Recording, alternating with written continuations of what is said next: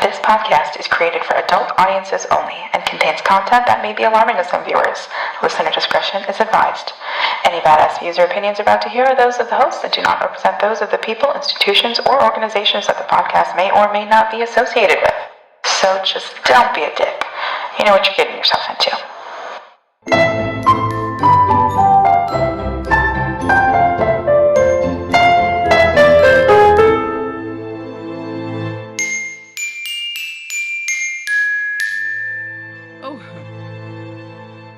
Girls Gone Weird. Oh, hey there. Welcome to Girls Gone Weird. I'm Nicole. And I'm Dini. And I forgot we were recording while we were listening to the intro. I love listening to intro. It does. It's a good hype, girl. Pumps me up. Pumps me up. Well, welcome. Welcome. We're back. We are back. With another thrilling episode. It is. Even though Nicole doesn't know what this episode is. I don't. I am sitting this one out. Yep. Just had a lot going on and did not have the capacity to prepare or anything more than death news for you guys. So these are fun, though. I like your surprises. And I have all but time to study because I'm a nerd. All but time. Yeah. What's new since last time? Should we go straight in the death news? I don't know. Should we? Yeah. Do people like the banter? Do you guys like the banter? Yeah. Should we banter? Should we banter? You banter. Ha ha ha ha Ha ha ha ha. This is delicious coffee. Yeah. I got no banter today. Oh, wait, you know what? I do have an update. I have an update about our haunted dolls from our haunted objects episode. Oh, nice. Yes. Okay. Are you guys ready for this? I'm ready. I'm so excited. Okay. So this woman reached out to us after our episode, and she had found us because she was searching for information about these dolls she was purchasing. Oh, wow. That's super cool. And that's how she found us. So she bought Rhonda. Which one was Rhonda? Naughty Rhonda. Oh, Naughty Rhonda. She bought and she bought baby Sarah. Oh, she bought both? She bought both. Oh, good for them. Yes. So I was like, we would love it if you had an update or whatever, blah, blah, blah. And she's like, yep, Rhonda should be here and I'll let you know. And then, I don't know, maybe a week or two passed by or something. I think she's in Australia. And she messaged me and she was basically like, so Rhonda is lost in the mail. Like, we can't find her. And just kind of like, this is weird. Can't figure it out. Yeah. The seller couldn't figure it out. She's at like a postal service just causing chaos. Oh my God. Yeah. Can you imagine? Yeah. Rhonda. I feel like we should reread Rhonda's story. Yeah. You guys, all you really need to know is that she was very malevolent. And I'll make sure to put on our episode notes too. I'll put the episode it is and stuff, just so you know you can go back if you want to listen to it. For sure. Before this update. For sure. But yeah, all you really need to know is that she was very malevolent and liked to mess with people and wasn't very nice. So I got a message, I don't know, within the last 7 days from this woman. So her name is Sharon McFadden, and I believe she's based in Australia. But her handle is in the next life, which is in _ next _ life _ paranormal. And that's her handle. So she's always kind of had haunted dolls, and she's a paranormal investigator down under. Down under. Down under. Right? No. So she messaged me, and she was like, she said, I'm just going to read it word for word. She said, Rhonda arrived on Thursday. Okay. She came. That day, I was sent home from work with extreme anxiety like I've never had before. When I got home, Rhonda was waiting for me. So imagine that. She had that day before she knew Rhonda actually showed up at her door. She just had a bad day. I unpacked her and sat her on a chair. Later that night, I used my Epoch box, which I think is something we have, like a REM pod. I used my Epoch box to communicate with her, and she wasn't happy to be here. She wanted to go back on the plane. She wouldn't answer any questions that my partner would ask. So we decided we would just leave her be and let her settle and just see if anything would happen. Because she wants to go back on the plane. Yeah, get me back on this fucking plane. The next day, my partner woke up so angry that you couldn't even talk to him without him biting your head off nastily. I spent the weekend alone in my room, not wanting to have contact with anyone. I didn't eat. I just slept on and off. By Monday, we had started to feel ourselves again. My partner couldn't explain why he was so angry. Then we talked about Rhonda. Was she making us feel this way? Was she so angry that she had projected her feelings onto us? We didn't know for sure and thought maybe it was. It's just a coincidence, but I wasn't taking any chances, so I did a cleansing on Rhonda and smudged her in white sage. Since then, things have been good, and I've left Rhonda alone. I'm planning to contain Rhonda in a cabinet with a salt ring. She's definitely a spirit. She's definitely not a spirit to mess with, as she will mess with you. Next time I am warned about a restless spirit that is angry at the world, I will not be bringing them home. Sarah, as in baby Sarah, arrived yesterday, and she is beautiful. I haven't tried to communicate with her yet. I'm just letting her settle in. A funny thing that just happened as I was replying to you, 3 items just came flying out of the bookshelf that belonged to my partner. Oh, jeez, Rhonda. XX. Calm down. Sharon, right? Come on, Rhonda. Absolutely. See? But yeah, I thought that was really cool that she reached out and that she got That's both the super dolls cool. that we were talking about. And I'm excited for a baby Sarah update because she really did seem so sweet. That was the one was that the one we were thinking about getting? I'm glad Baby that she got Sarah, it. yeah, she was like apparently the spirit of that little girl that died in the circus fire Yeah. of whatever 18 something on the East Coast. Where all the circus fires did happen. All those circus 1800s, fires just in the lots of circus 1800s. fires. That's all I think about. All circus fires. Yeah. Yes, me too. I'm excited about it. We Thank almost you. got her too. We almost got her. If we hadn't talked you through it a little bit more. Yeah. Yeah. We'll get a baby soon. You'll get a baby. Get us a baby. We'll have to put her in here. Do you think because where we podcast is kind of my husband's space too? Should we put him like right on the counter? My husband would lose his shit. And it would Just be hilarious. overlook him while he's on Twitch or gaming. Hey, maybe that would bring more Twitch followers. They're like, this Twitch guy has a haunted doll. No. Put it in the background. Yeah. You're welcome for the idea. Yeah, I learned at the bar where we work that we have a baby doll that just randomly shows up everywhere. And I finally got to see it because I didn't know about this baby doll. And I had no idea. It showed up in our bingo cards. Yeah, So. you just put a doll in my face. That was the last thing I was expecting at the American Legion. I know, I always have creepy doll that just keeps transferring to each person. So yeah. That's pretty fun. Just a tiny little doll. Mm-hmm. Speaking of noises, God, your fucking animals sound like they just knocked down an entire cabinet. Oh yeah, that's my life. Or it's a ghost. I feel like my house is just constantly just big, huge banging noises of something. Yeah. It's always somebody. Yep. So sorry for those that are listening. You might hear a cat. You might hear a meow. I was trying to stop them. I gave him a talking to, but you know cats are their dicks. You might hear a sneeze, because guess what, guys? I got some allergies today. I'm allergic to everything. Yeah, and she spent the night at my house, so that happens. Yeah. And we took a nap with my puppy in bed, so that doesn't help either. Yep. All the hair. Mm-hmm. But that's okay because I just have death news, and awesome. then I get to relax and listen to you. Yeah. I am ready. Are you ready? I'm ready. Here we go. Right. Thank you for listening to my death news. Ooh. Okay, so nothing crazy, just a couple, but it's better than nothing. Mm-hmm. So, there was this guy that I was sent to Fargo to pick up from. It was like a hospice home, which was beautiful, by the way. Walking through it, I was like, you know how you feel about like in care assisted living. Sometimes you're just like, oh, they all look the same and have the same weird wreath on the doors, and it's just like, oh God, don't send me here to die. Yeah. This place was beautiful.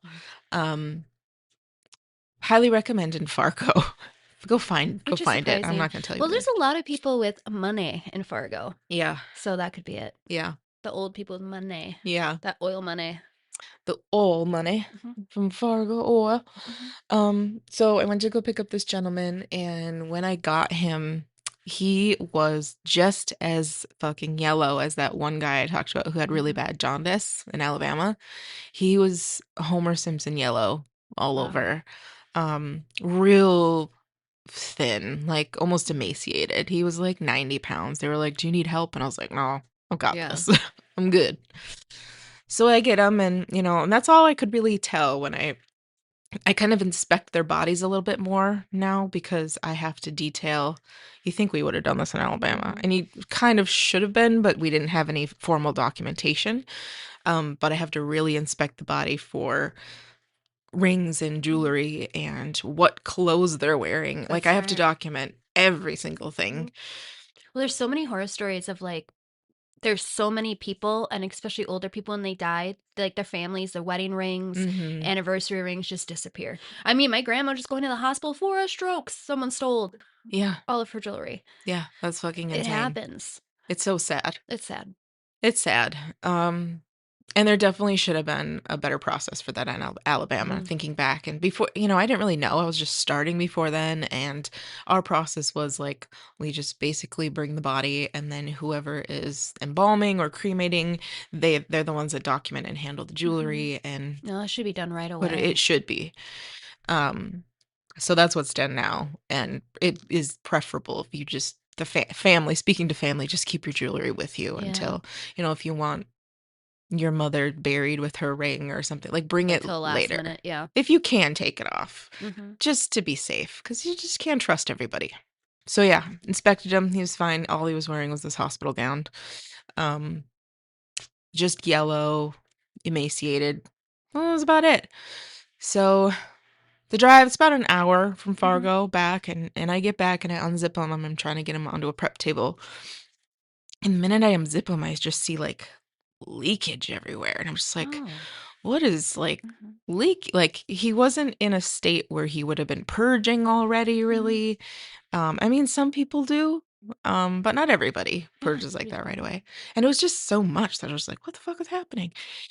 And it was all over the bag. And I got him on the table, and I looked at his face, and his eyes, like, the sockets, like the whole, if you're laying down and somebody poured a cup of water while you're closing your eyes, it would hold water. It was like both of his eyes were filled with liquid like that. Oh, wow. Yeah, just a Gross. clear liquid. And it was so much that it was leaking down the bag and all over the sheet. And when I pulled them open, yeah, it was just like 2 puddles of liquid in his eye sockets. That's wild. It was really fucking strange, and I couldn't figure that out. I even asked one of the funeral directors, and they were like, "Oh, I don't know." It was really Where would weird. it even come from? His nose, maybe, and just like starts draining and going into like that. I'm like pushing my head back, like trying to see how it would like drain into my eyes. Yeah, we know, Kat. Yeah, yeah. That's Do you have the many answer Elvis. for me?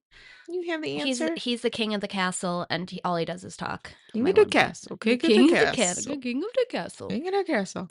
But yeah, no, I don't know. I couldn't figure out what it was. So I'm going to do a little bit of research on it. I should have. I probably could have found the answer right away on Google, but I never did. Did it smell? Just now. No. Okay. No smell. Odorless, clear. Odorless, clear. Liquid. That's kind of why it was so strange. Is because I'm used to like gross, like liquids. Yeah. And it wasn't. And I was like, just fucking juicy eyes or something. Super juicy. Yeah. Maybe something with jaundice, because like, I don't know. Maybe. Should we look it up really quick? Yeah. Okay, so Google says that the combination of jaundice, which causes yellowing of the eyes, and the post-mortem breakdown of tissue can cause the eye to appear discolored and produce fluid. God, I'm smart. I should be a scientist. What are you talking about? You are a scientist. I know.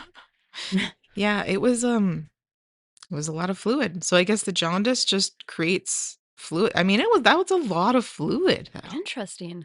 I'm surprised it's not like yellow fluid. I mean, that's what's weird. I know. Vitreous humor. We talked about vitreous humor when I saw the coroner pull eye fluid from out of that person's eye. Do you remember that story? Yeah. That was vitreous humor fluid from the eye. So it sounds like it may have been that kind of fluid. Does your eyes like pop if you have jaundice and like just ugh? I don't think they pop. I don't know where they leak from leak. either. Like the tear duct? Was Yeah. it no, it's not tears because we just said it's No. vitreous humor. Strange. Yeah. Oh, that's I don't cool. know. Leaky eye. You learn something new all the time. R.I.P. old leaky eye. R.I.P. R.I.P.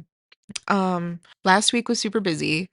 I had gone to St. Cloud for a removal, and I just had to pick up a body from the hospital, but that was also like about 2 hours away. I'm close to 2 hours away. So I got some lunch and they'll reimburse me. So I'll get lunch around the area. So I stopped by Lian Chin because we love some fucking Lian Chin around here. So good. So good. Can't ever get it around here. Their fried rice is honestly not even the best like Asian fried rice, but it tastes like my childhood because that's all I ate was Lian Chin. It was my favorite. Melissa listened to this and be like, fuck you, my fried rice is the best. What the fuck are you talking about? Hers, it is. It does taste like it is childhood. in a different way. In a different way. But anyway, I opened my fortune cookie and my fortune cookie said, today your patience will be rewarded. I was like, oh, today. Like, all right, got a lot of, that's a big fortune to live up to. I was like, all right, well. So I did this removal and it was during the day. So like I don't get paid my special rate. It's just get hourly during the day. So it wasn't a big deal. But I was on call that night and I got 2 on call. I got 2 death calls that night, which I've been waiting weeks, you guys. Like I said before, like it was like nobody's dying. It's been really slow. No one's dying. Nobody's dying. I got 2 death calls that night and a 3rd call the next day. Look at that. I was like, my patience is being rewarded with death. You're going to have all that extra fuck you money from Mexico. Oh my God. So it was rewarded, but not without a little difficulty because all 3 people were like close to 300 pounds. Oh, wow. And those are hard, you guys. They're very hard to do. And that's less up here, I would think. There'd be less bigger people, maybe. No, this is America. It's everywhere. This is America. I would love to go abroad and like be a transfer care specialist abroad one year just to people would be so much skinnier. See the rates, yeah, how much easier my job would be out there. You get benefits. You get benefits, yeah. You'd have health care.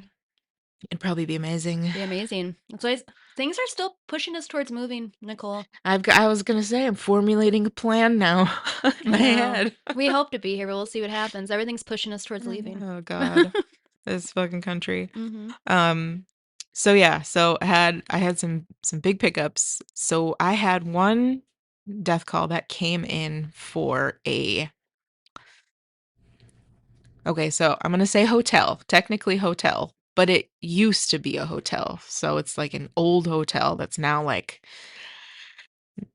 and when I say hotel, it's technically a motel. Okay. They call it the old hotel. That's what they call it. It's like literally what's called the old hotel. I don't even know what it is. Yeah. I have to check it out. So it's like, it's not in business anymore. And when I was talking to my funeral director about it, she's like, it's not really like, she's like, there are some rooms there. But she's like, I don't know if people are supposed to be staying there. It almost sounded like a squatting flop type house? of situation a little bit. And I was like, okay. Hey, maybe you could move there. Free. And you could tell because when I walked into this place, there was no heat.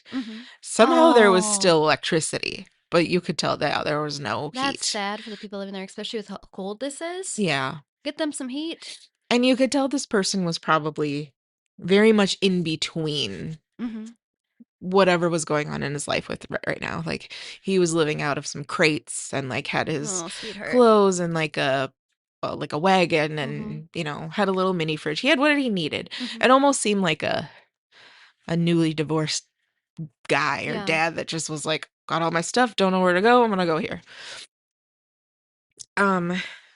Because his daughter found him as well.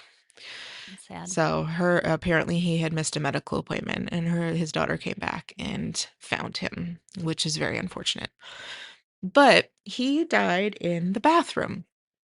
And if you think about somebody dying in a motel bathroom, there's not a lot of space in there. This guy's almost 300 pounds. Was he on the toilet? Was he in the tub? Or was he just like on the floor? So he was on the floor. Okay. And when me and the funeral director got there, we both show up and she's really young. She's like 23 or 24, super young, but funeral director, very tiny. Like when I used to tell you guys M was a tiny, girl back in Alabama, this girl, I mean, she's 5'3", 98 pounds soaking wet. Like she's just petite. So it's me and her and then these 2 deputies. And one of the deputies himself was probably close to 450 pounds. He's not getting in the bathroom. He's going to be no help here. Hegseth would hate that.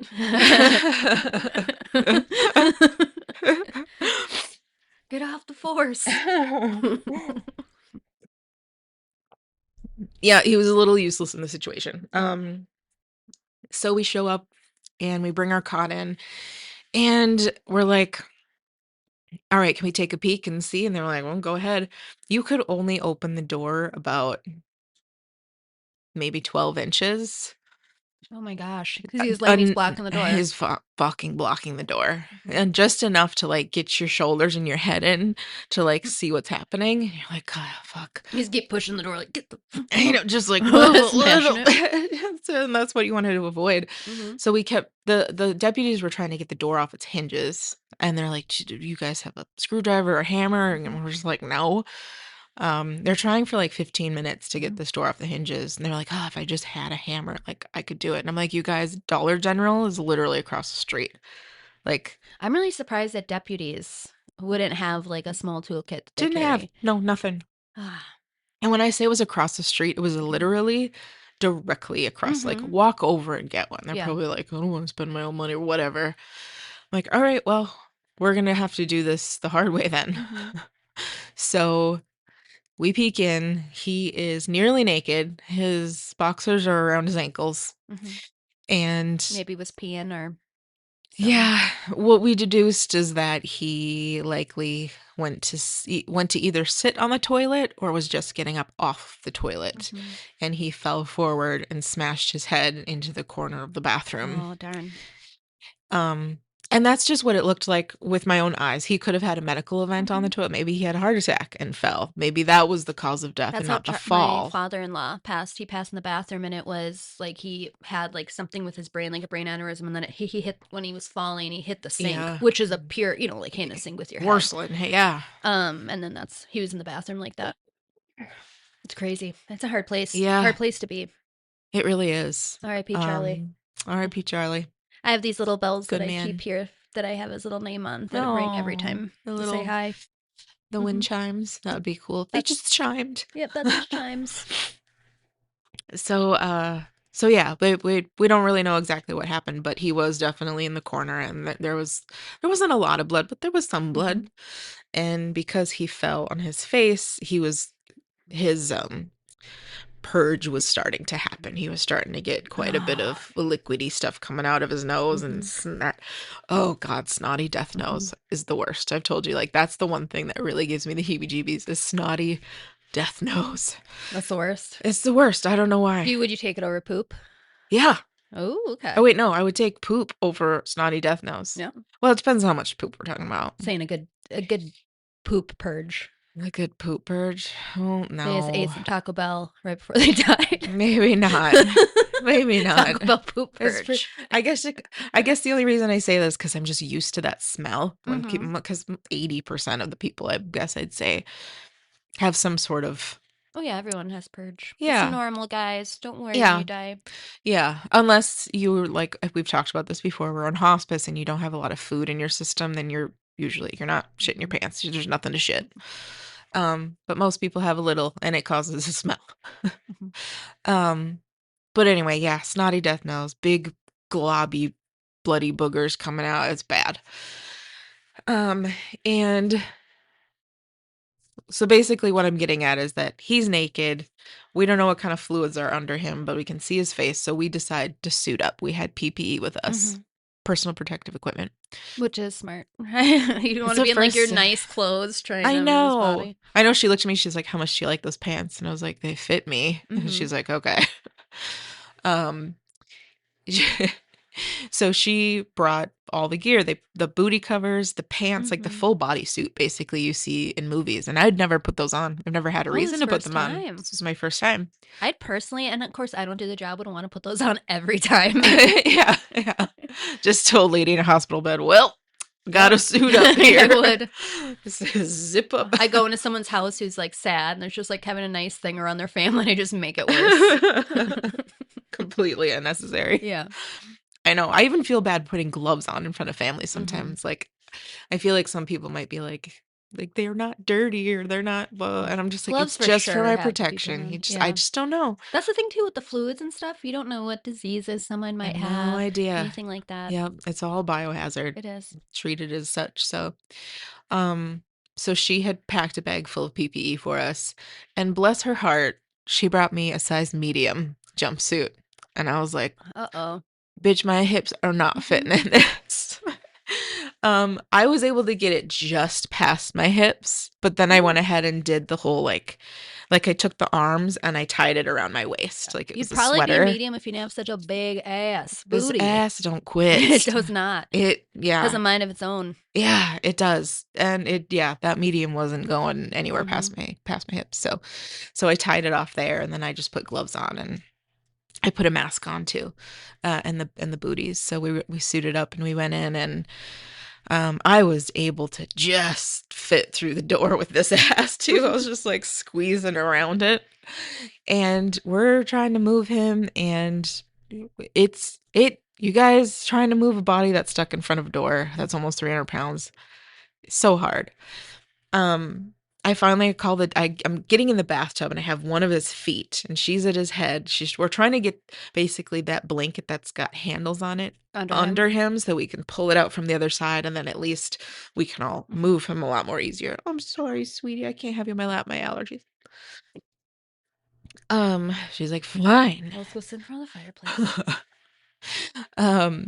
So I had one leg, and I was just like, I just need to call the other deputy in here. So I called out, and I was like, deputy, I was like, I'm going to need you to get in the bathtub with me. And I was just like, I never thought I'd be asking a deputy to get in the bathtub with me. So he kind of climbs in, and he gets in the tub with me, and we both got one leg, and we're pulling, and we finally get the blanket under him and on his back, and position just enough that we're able to move him up and out, and we got him out of the fucking bathroom. That's why you're a champ. Oh God, it took about 10 minutes, which is That's not not too bad. bad That's pretty considering. quick. But Yeah.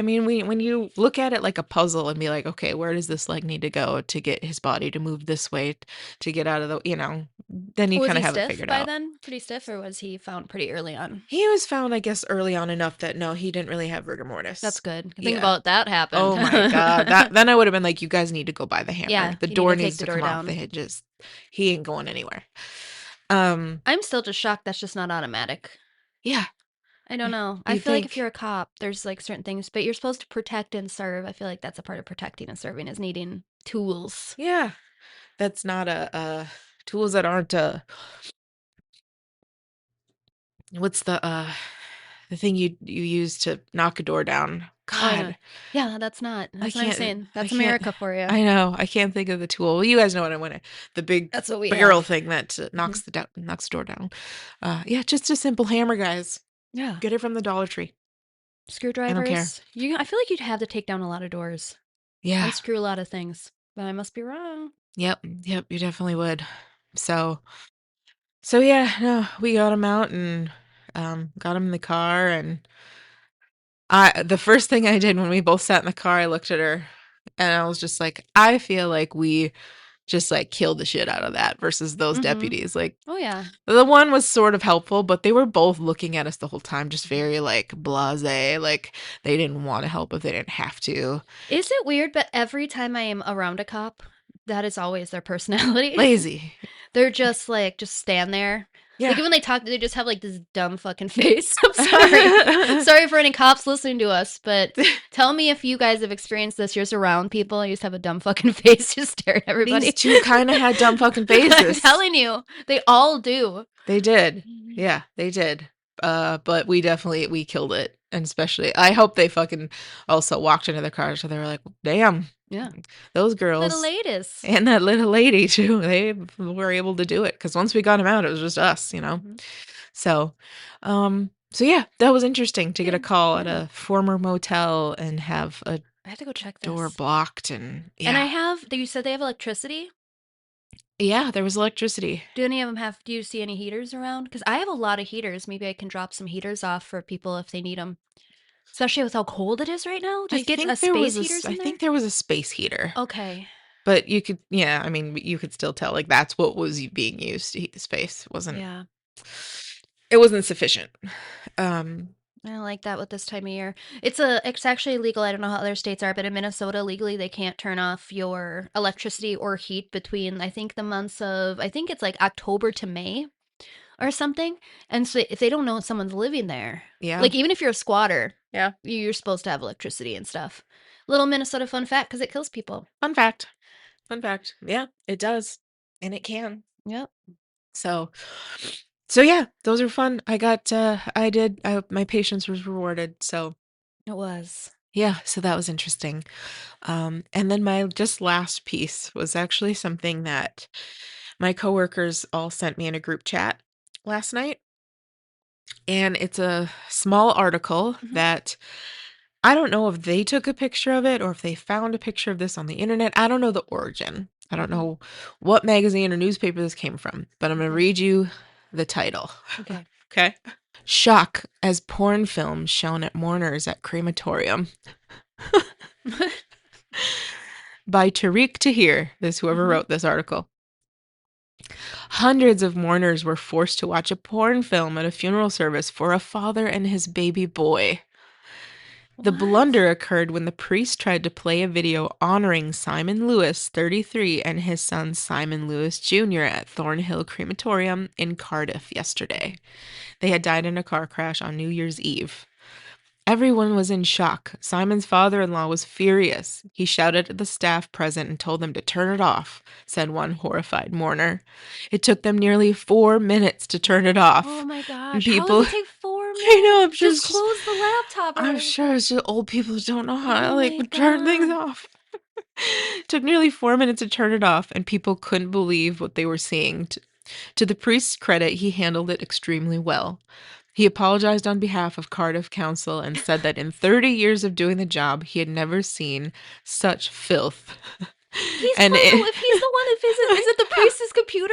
Probably. He's like such filth. That was like stuff on your computer you probably had Somebody had that shit liar. up. Somebody had it up. Oh. And an investigation has been launched by the city council.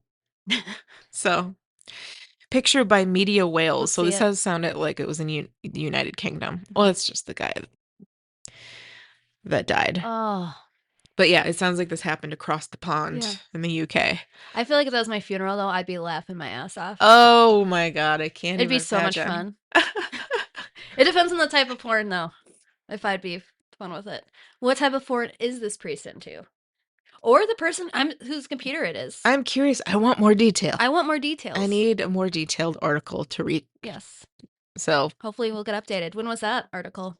Well, it said he died on New Year's Eve. I would make an assumption that it was 2025, but I have no idea. The date isn't on the article in the picture my coworker sent me. So I don't know if this just happened in the last month or if it's years old, but wow.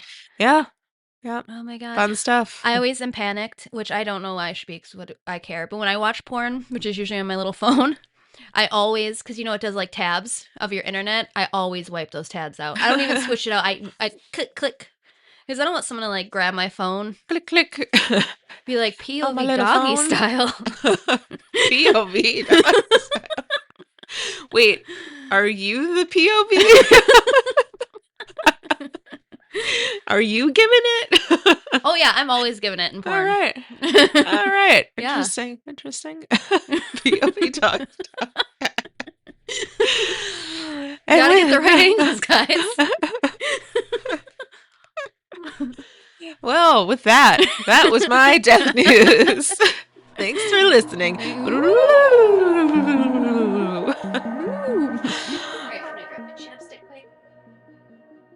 So I sit on my husband's chair while we're recording, and every time I sit here, I'm disgusted because I just think of all the farts. Oh, the My farts. ex-husband, because he calls this his fart chair. Oh.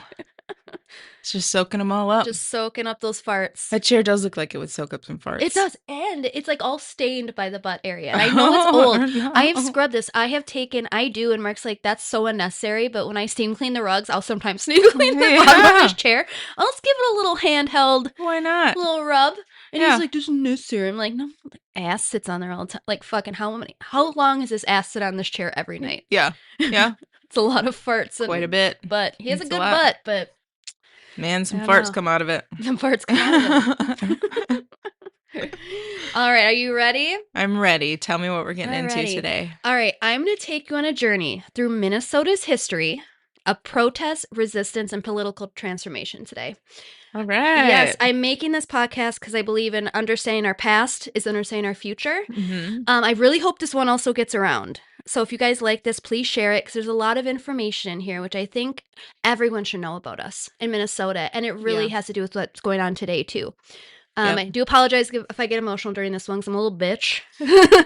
But it's close to home. It's close to home. But I want to start with some fun facts. So let's have some fun facts about Minnesota. Love a fun fact. So Minnesota in the United States has a #1 voter turnout and has for years. Yeah. Which makes sense once I tell you about our history. You're going to be like, oh yeah, that's why they're doing it. Yeah. We are also #1 in the U.S. for Fortune 500 companies per capita. I believe that. Yeah, we have Best Buy, General Mills, 3M, United Health Group. Mm-hmm. We're basically like the Silicon Valley of like The Midwest. medical. Yeah, of you know? medical. Yeah. We're also #1 in literacy in the whole United States, guys.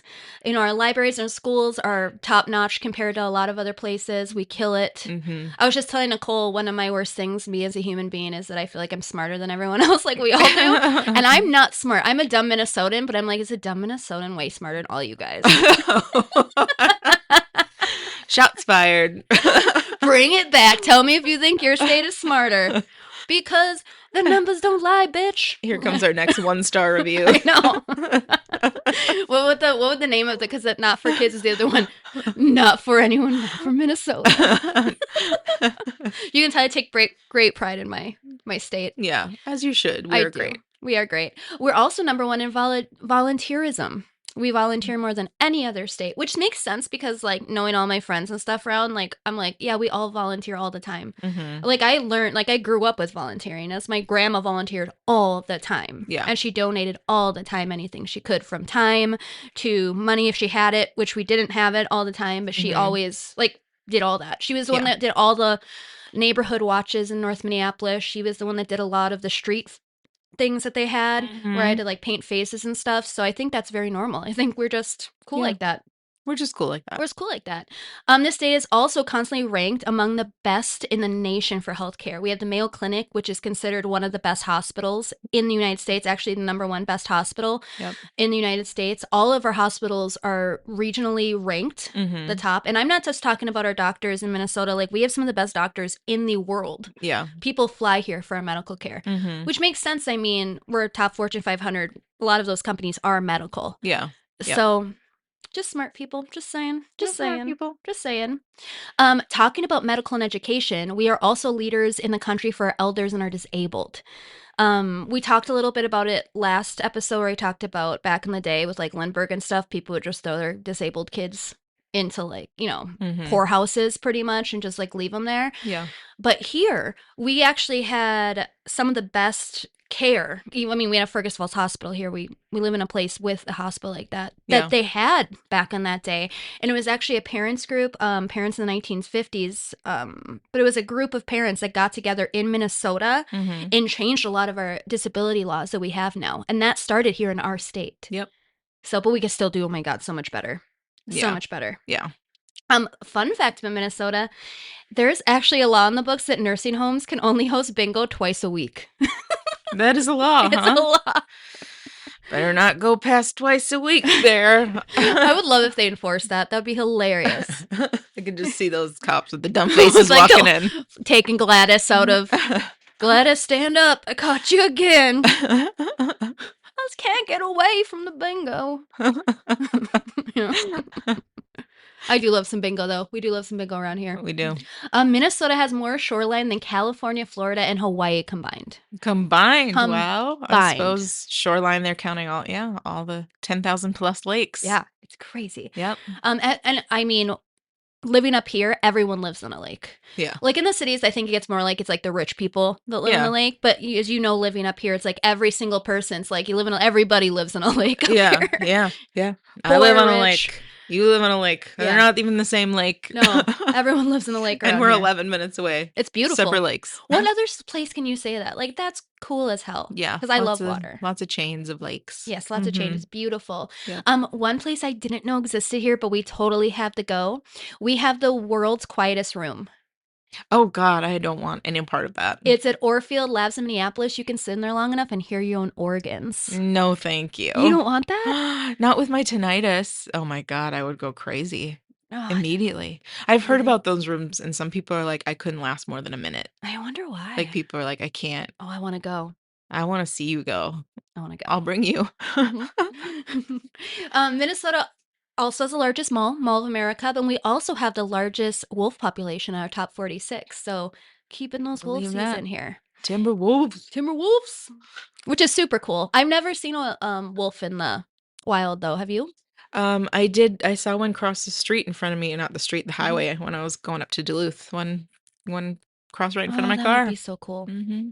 Yep. Yep. But and then we have bears. We have lots of bears too. We've had bears around here.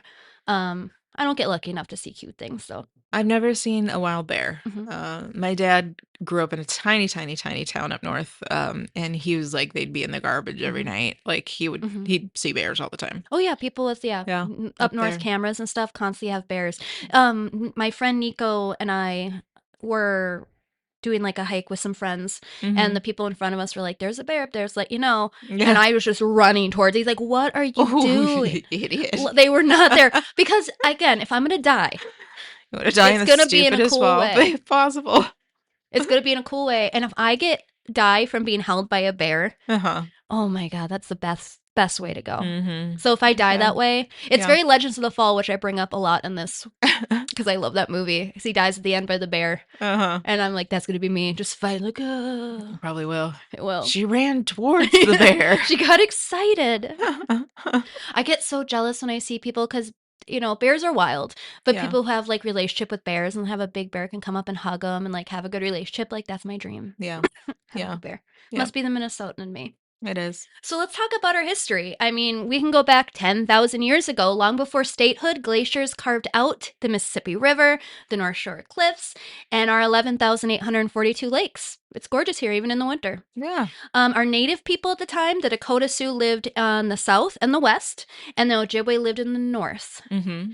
I don't know if I talked about it on this podcast, but my grandma, I don't know if it's because she was closer than I am generationally or she just held some grudges. My grandma hated the Sioux. Really? She acted like she was in battle with them Yeah. when this literally was so long ago. Yeah. But she's like, yeah, the Sioux would take over our land and they would come. We were just farmers. And blah, blah, blah. I'm like, you are a farmer. You were a farmer. Okay, Grandma.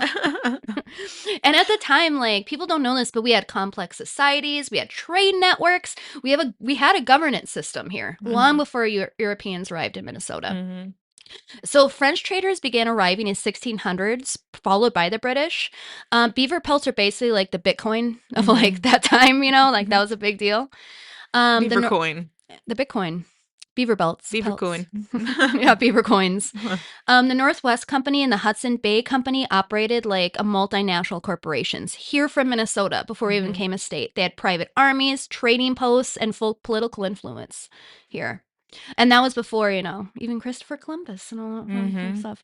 So indigenous people actually were not like passive participants in this. Like they traded, they negotiated, they were part of all this with them as soon as they came. And they helped them survive. Yeah. Like, I don't think people know this, but the reason a lot of the immigrants survived here that long was because Native people were helping them and helping them with their businesses and teaching them how to grow food and all type of stuff. That's in our history right here.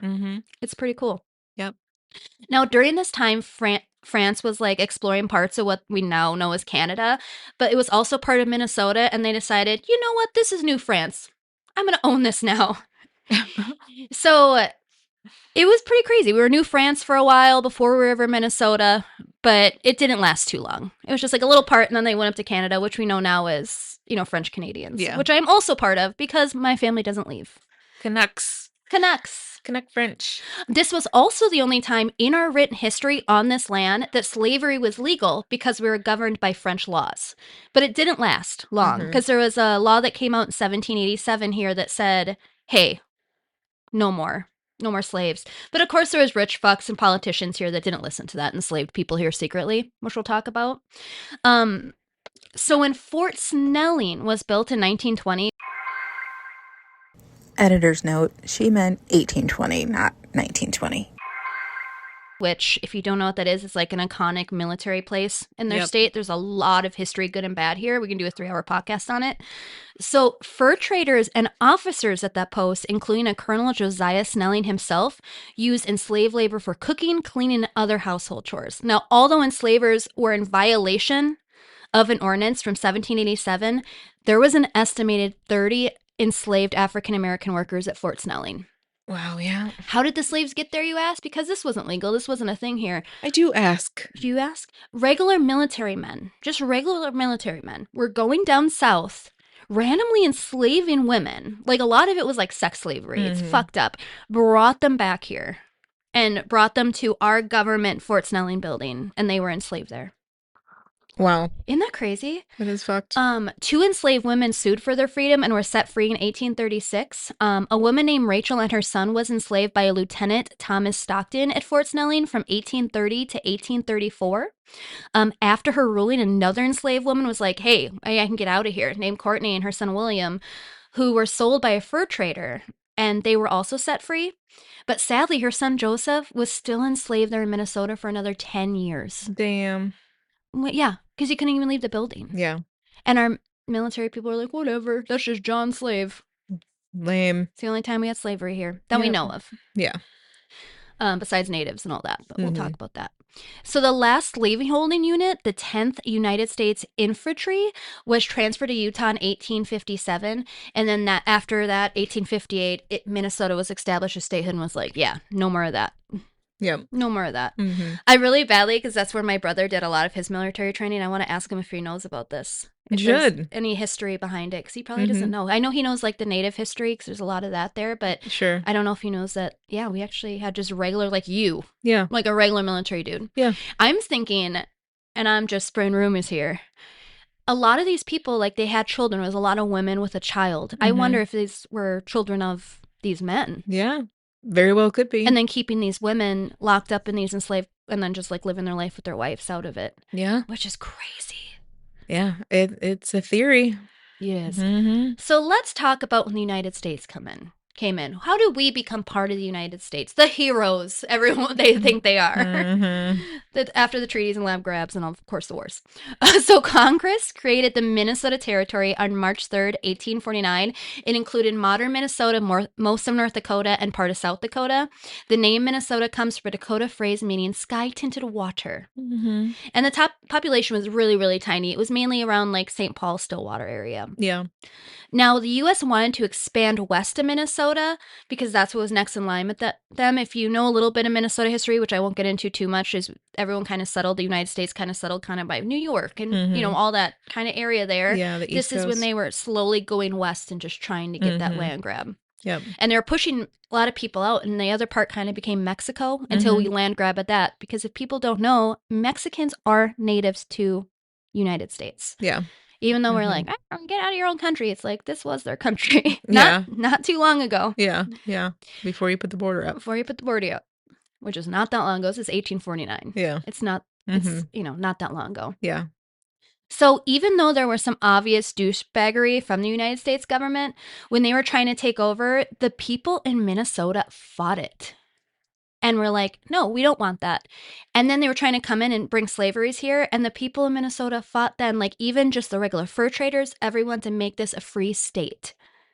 So we have a history of people battling to make this a free state. Yep. So in 1856, delegates met to write like a state constitution. Like, okay, we're going to start this state. What are going to be the laws in this state?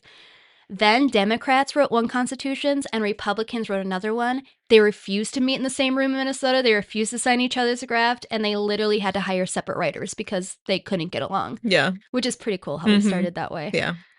The like, state. Fuck off. Yeah. We're like, fuck off. We're always a little sick. We didn't like that. Yeah. Yeah. So this state was started as a battle for civil rights, and we are a key component of that and how that started.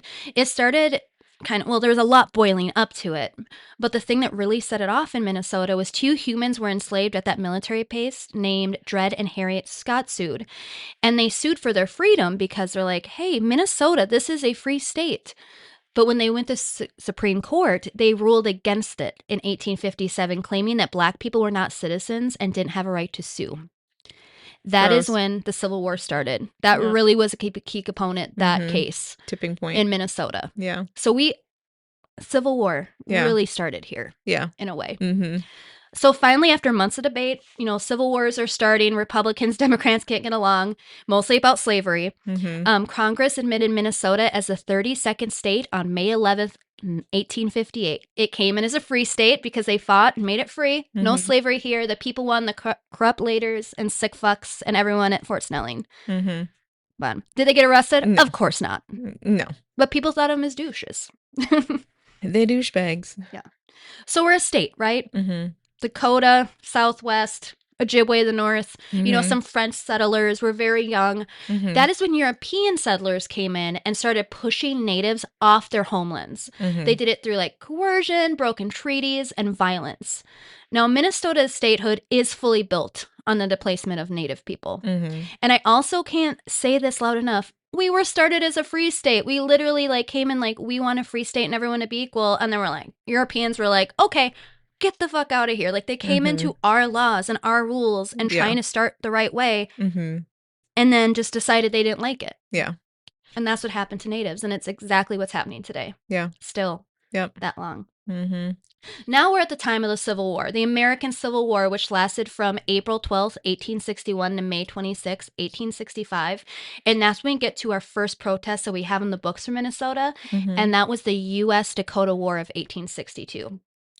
So in 1851, the Dakota signed a Treaty of Traverse des Sioux, giving more than 24 million acres of land to United States for them to use. Mm-hmm. In return, the U.S. promised annual payments, Mm-hmm. food, Yep. and supplies. Yep.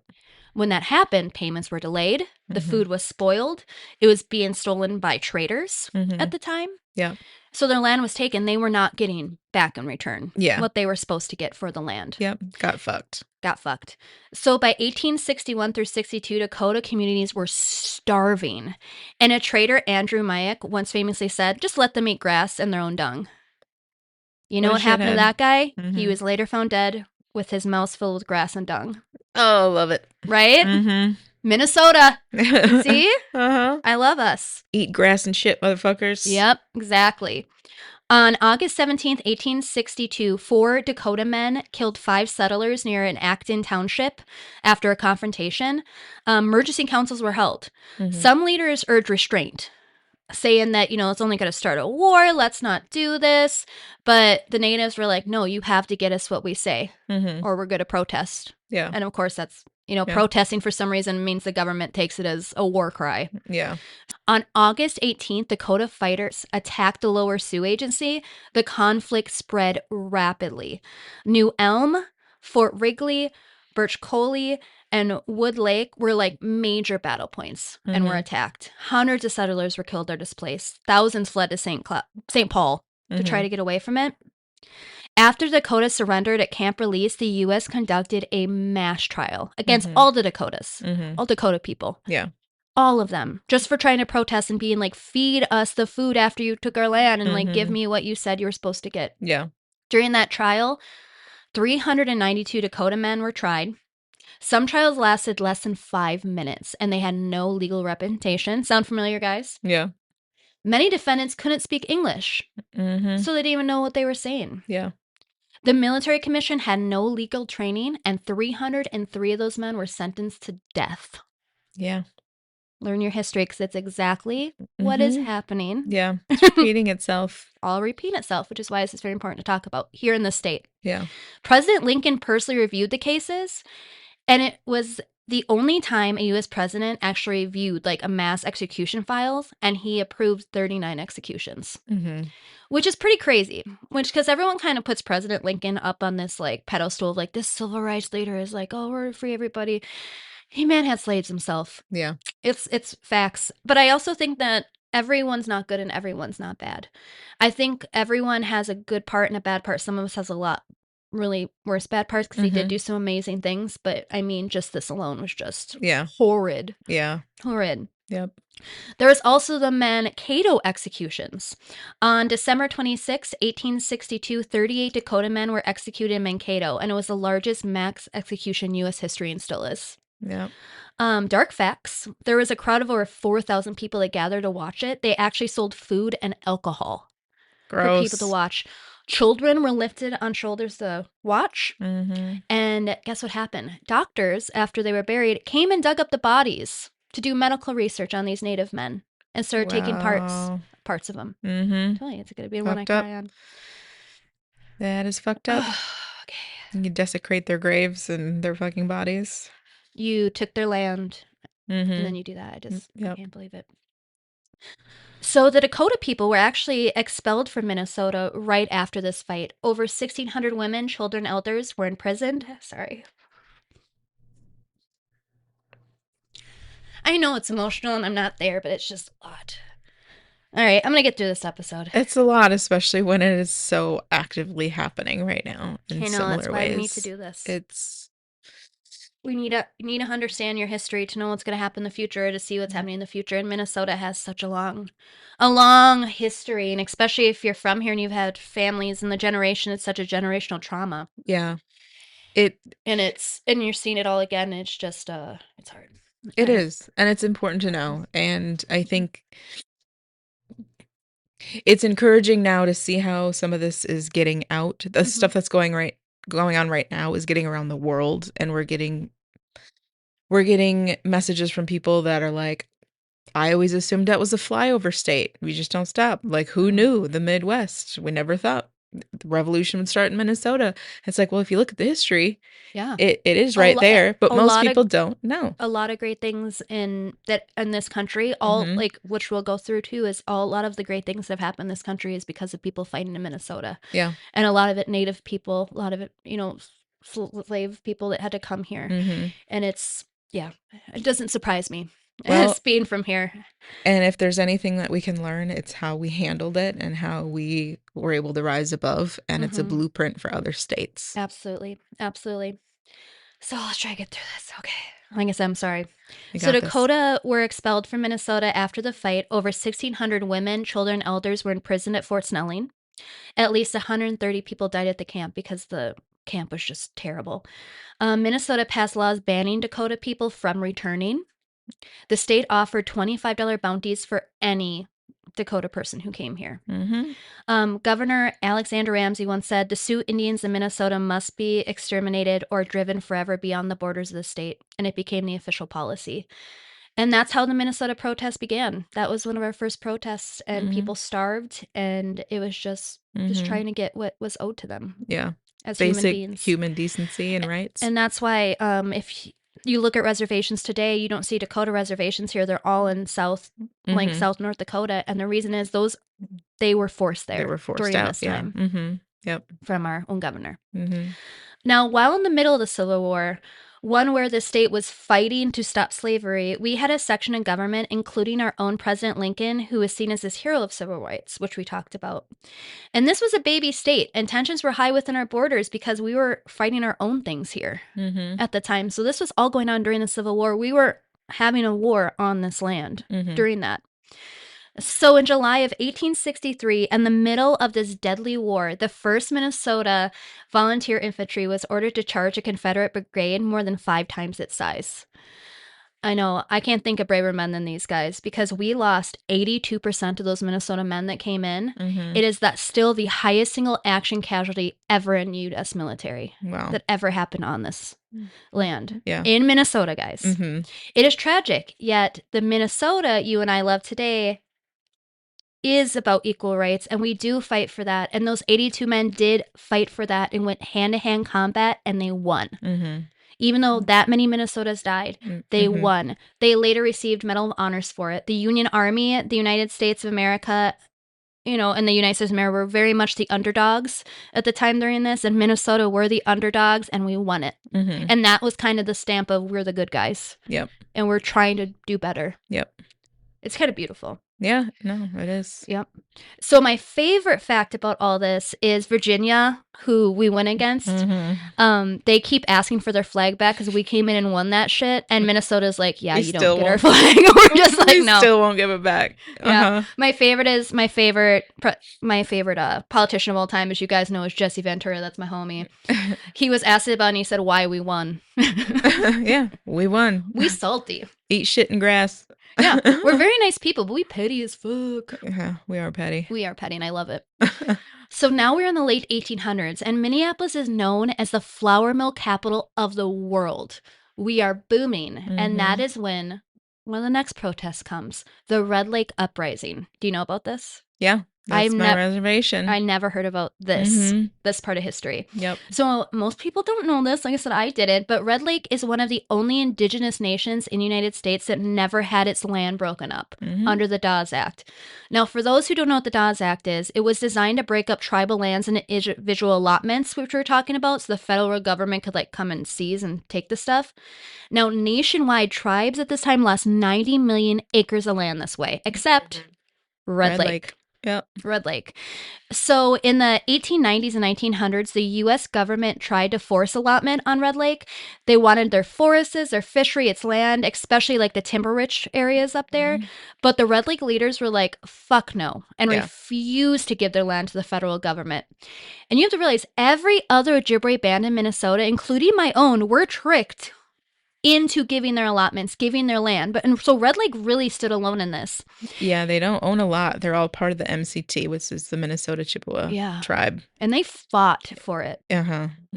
So in 1898, federal officials arrived with a treaty, and they expected Red Lake to sign. Everyone else did, like, we'll give you all this money, we'll give you all this food. And they refused and physically blocked the federal government from coming onto the land and being able to take it.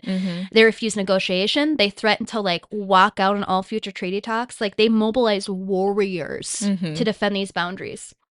So between 1902 and 1904, the U.S. government came back with a new plan. Break off the southern parts of the reservation, force land secession, force it. Again, Red Lake leaders fought it too, wouldn't let them go in. They even sent delegates to Washington and refused to sign documents and take any payment. Yep. Now, the government eventually came in and seized 2.9 million acres, but still, Red Lake never accepted theirs. This is why Red Lake today is the only closed reservation in Minnesota. Yep. And they continue with their own land ownership, which is pretty beautiful. One of the few in the entire country that owns their entire land. Yep. In its entirety, which is, I don't remember if I talked about this on the podcast. I talked to you about it, that I had the opportunity to switch tribes from Red Lake to Leech Lake because my family's split kind of. Most of my family's over at Leech Lake. It's a long story. You don't need my family history. And so my dad is part of Leech Lake, but me and my brother are Red Lake. And that's where my grandmother was born, in Red Lake. And I'm being encouraged to switch because they're part of this MCT where they do get more money. They do get money from the government. So like every year they get cut a check for, it's not a lot. It's like $1,000, $2,000 sometimes, but it is a lot compared to Red Lake. We get $200 every year. Yeah. So a lot of people are like, oh, you should switch. You get more. There's more perks. There's a little bit more benefits over there. But I'm kind of like, yeah, it's more money, but that's exactly what happened way back when, what we just talked about. Yep. They're being enticed with all this stuff, but guess what? We still own all of our shit outright, 100%. And I feel like I would rather be part of that than just give that up because I could get a little bit more money or some perks. I completely understand, especially knowing the history and how our federal government is and how we still are breaking treaties. I wouldn't trust absolutely anything the federal government would promise, especially when it comes to natives. No. They might be doing it now, but I mean, like, look at we break treaties every year. Yeah. And same people still, this is not old history. No. So I can understand that's hard to decide. I feel like it's like an OG rebellion that's still going on. And I would like rather be a part of that. I completely understand. And and we were the first tribe in the entire state of Minnesota to produce and legalize like recreational marijuana and sell it. And there's a reason you were able to do that. Yeah. Yeah. You know? So I don't know. That's great pride. It'd be hard to tell. I'd have great pride in it too. Yeah. Yeah. Fun And facts. Fun facts. And the thing is with Red Lake, they didn't stop. So that all stopped. The government kind of gave up. And then the 1910s and 1920s came, and there was a second Red Lake uprising and protest. Now, this is the part almost no one knows. After the 1902 secession, the government tried again the forced allotment. Red Lake responded with mass community meetings, public of declarations, they did everything. They even went against government agencies, federal agencies, to expel government officials. In 1918, when surveyors even tried to come enter the land, Red Lake members all gang together and got them off. Yeah. And everyone, then of course, it was reported in the Red Lake, they're hostile, they're unmanageable. Yeah. You Sounds know? like what they're saying about our Minneapolis streets right now. Again, history. Yep. When most reservations lost 60 to 90% of their land, Red Lake virtually kept most of its territory and maintained, Yep. political sovereignty.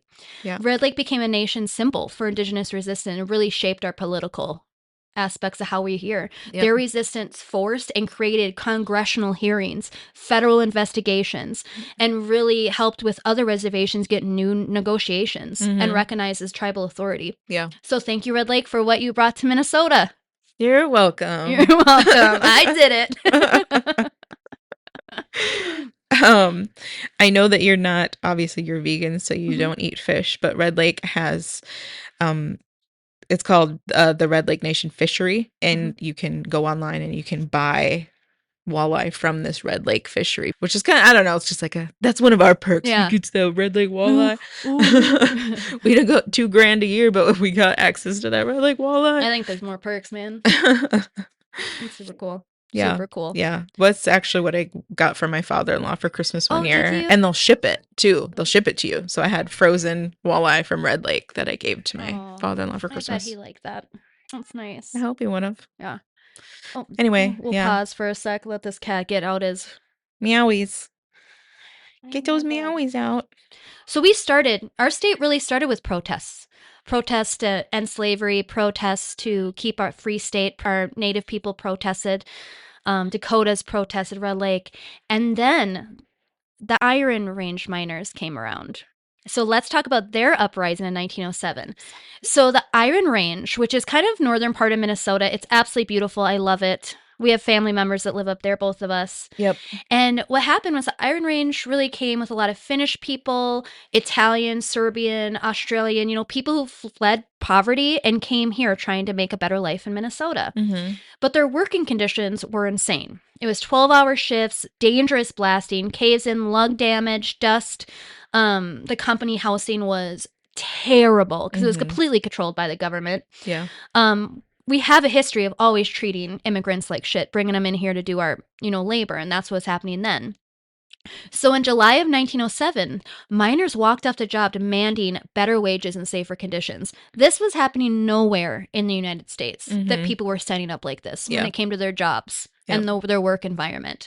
So U.S. still responded by hiring private bodyguards, evicting miners, shutting down the stores, and pressuring the officials.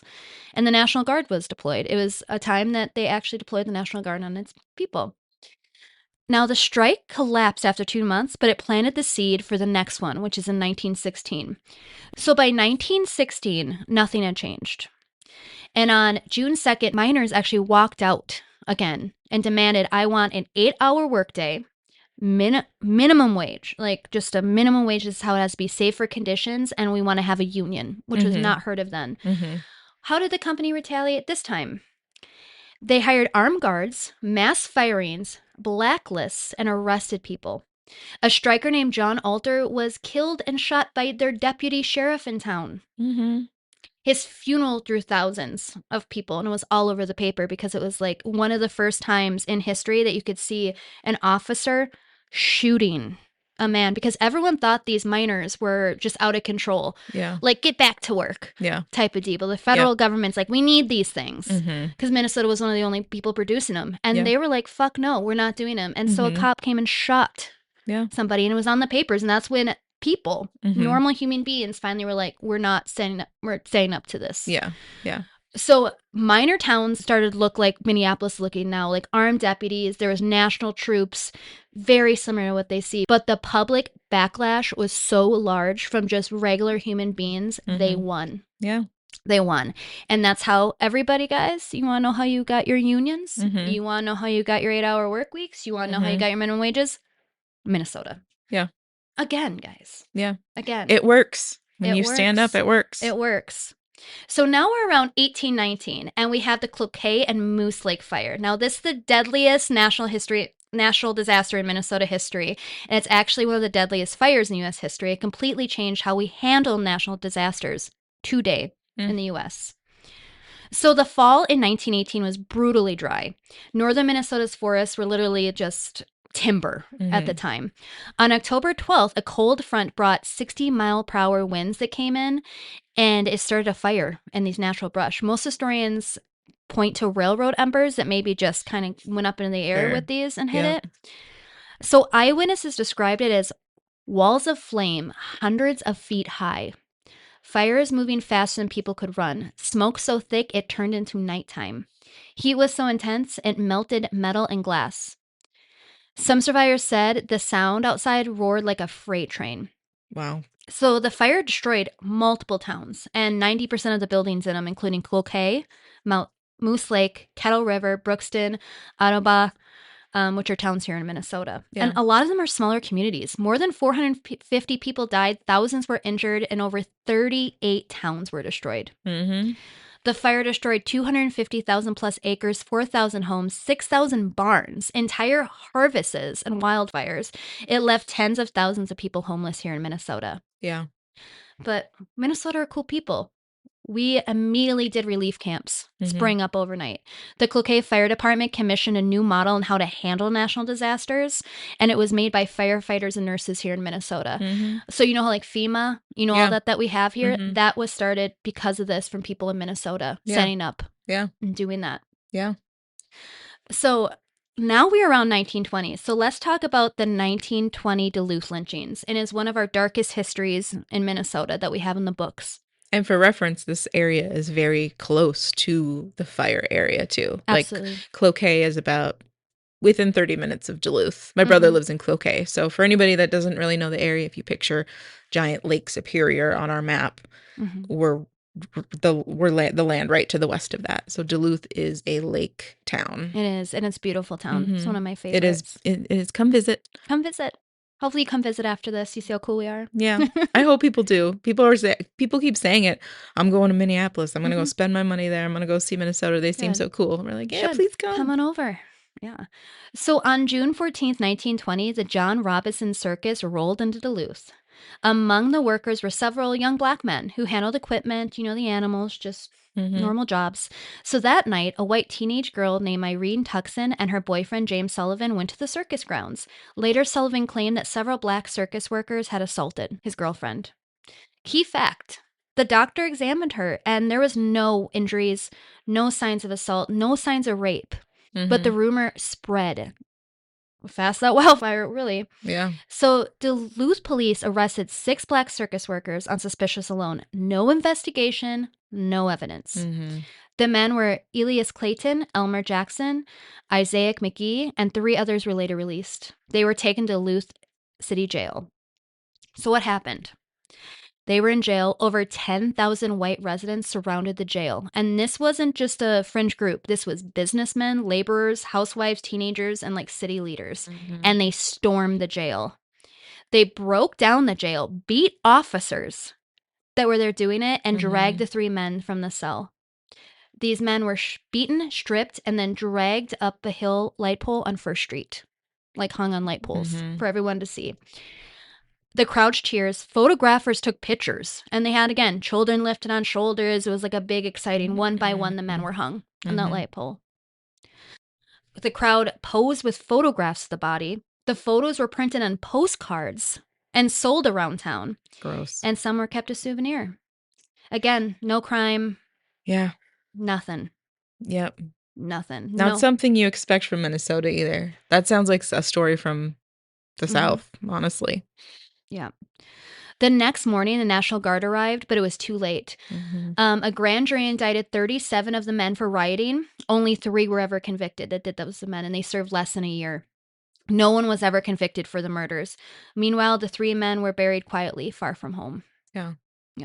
So for decades, Duluth really tried to erase this from public schools. Like, they wouldn't even teach it. Mm-hmm. They Yeah. completely wouldn't teach it. But the Black community here in Minnesota, like, no, we're not doing this. Mm-hmm. We got to know this history. So in the 1990s and 2000s, activists pushed and protested for public recognition for these men. In 2003, Duluth unveiled the Clayton Jackson McGee Memorial, the first major memorial for lynching victims in the United States. It stands as a site of murders, like a powerful reminder of what happened. Mm-hmm. Now, the memorial includes a sculpture of the three men, their name engraved in stone, and a public place reflection. God, see? I knew this was going to be terrible. But yeah, it's known as the most significant anti-lynching memorials in our country. Mm-hmm. So now we're about 1931 and we're in South Minneapolis, and we're going to talk about Arthur and Edith Lee. Now, Arthur and Edith Lee bought a house on 4600 Columbus Avenue South in South Minneapolis, right close to where I grew up. My mom owned a few properties also right next to this. It was legal, quiet, just living out their lives. But 4 years earlier, white homeowners signed like this gentleman agreement that they're like, we're not going to sell to any Black families in here.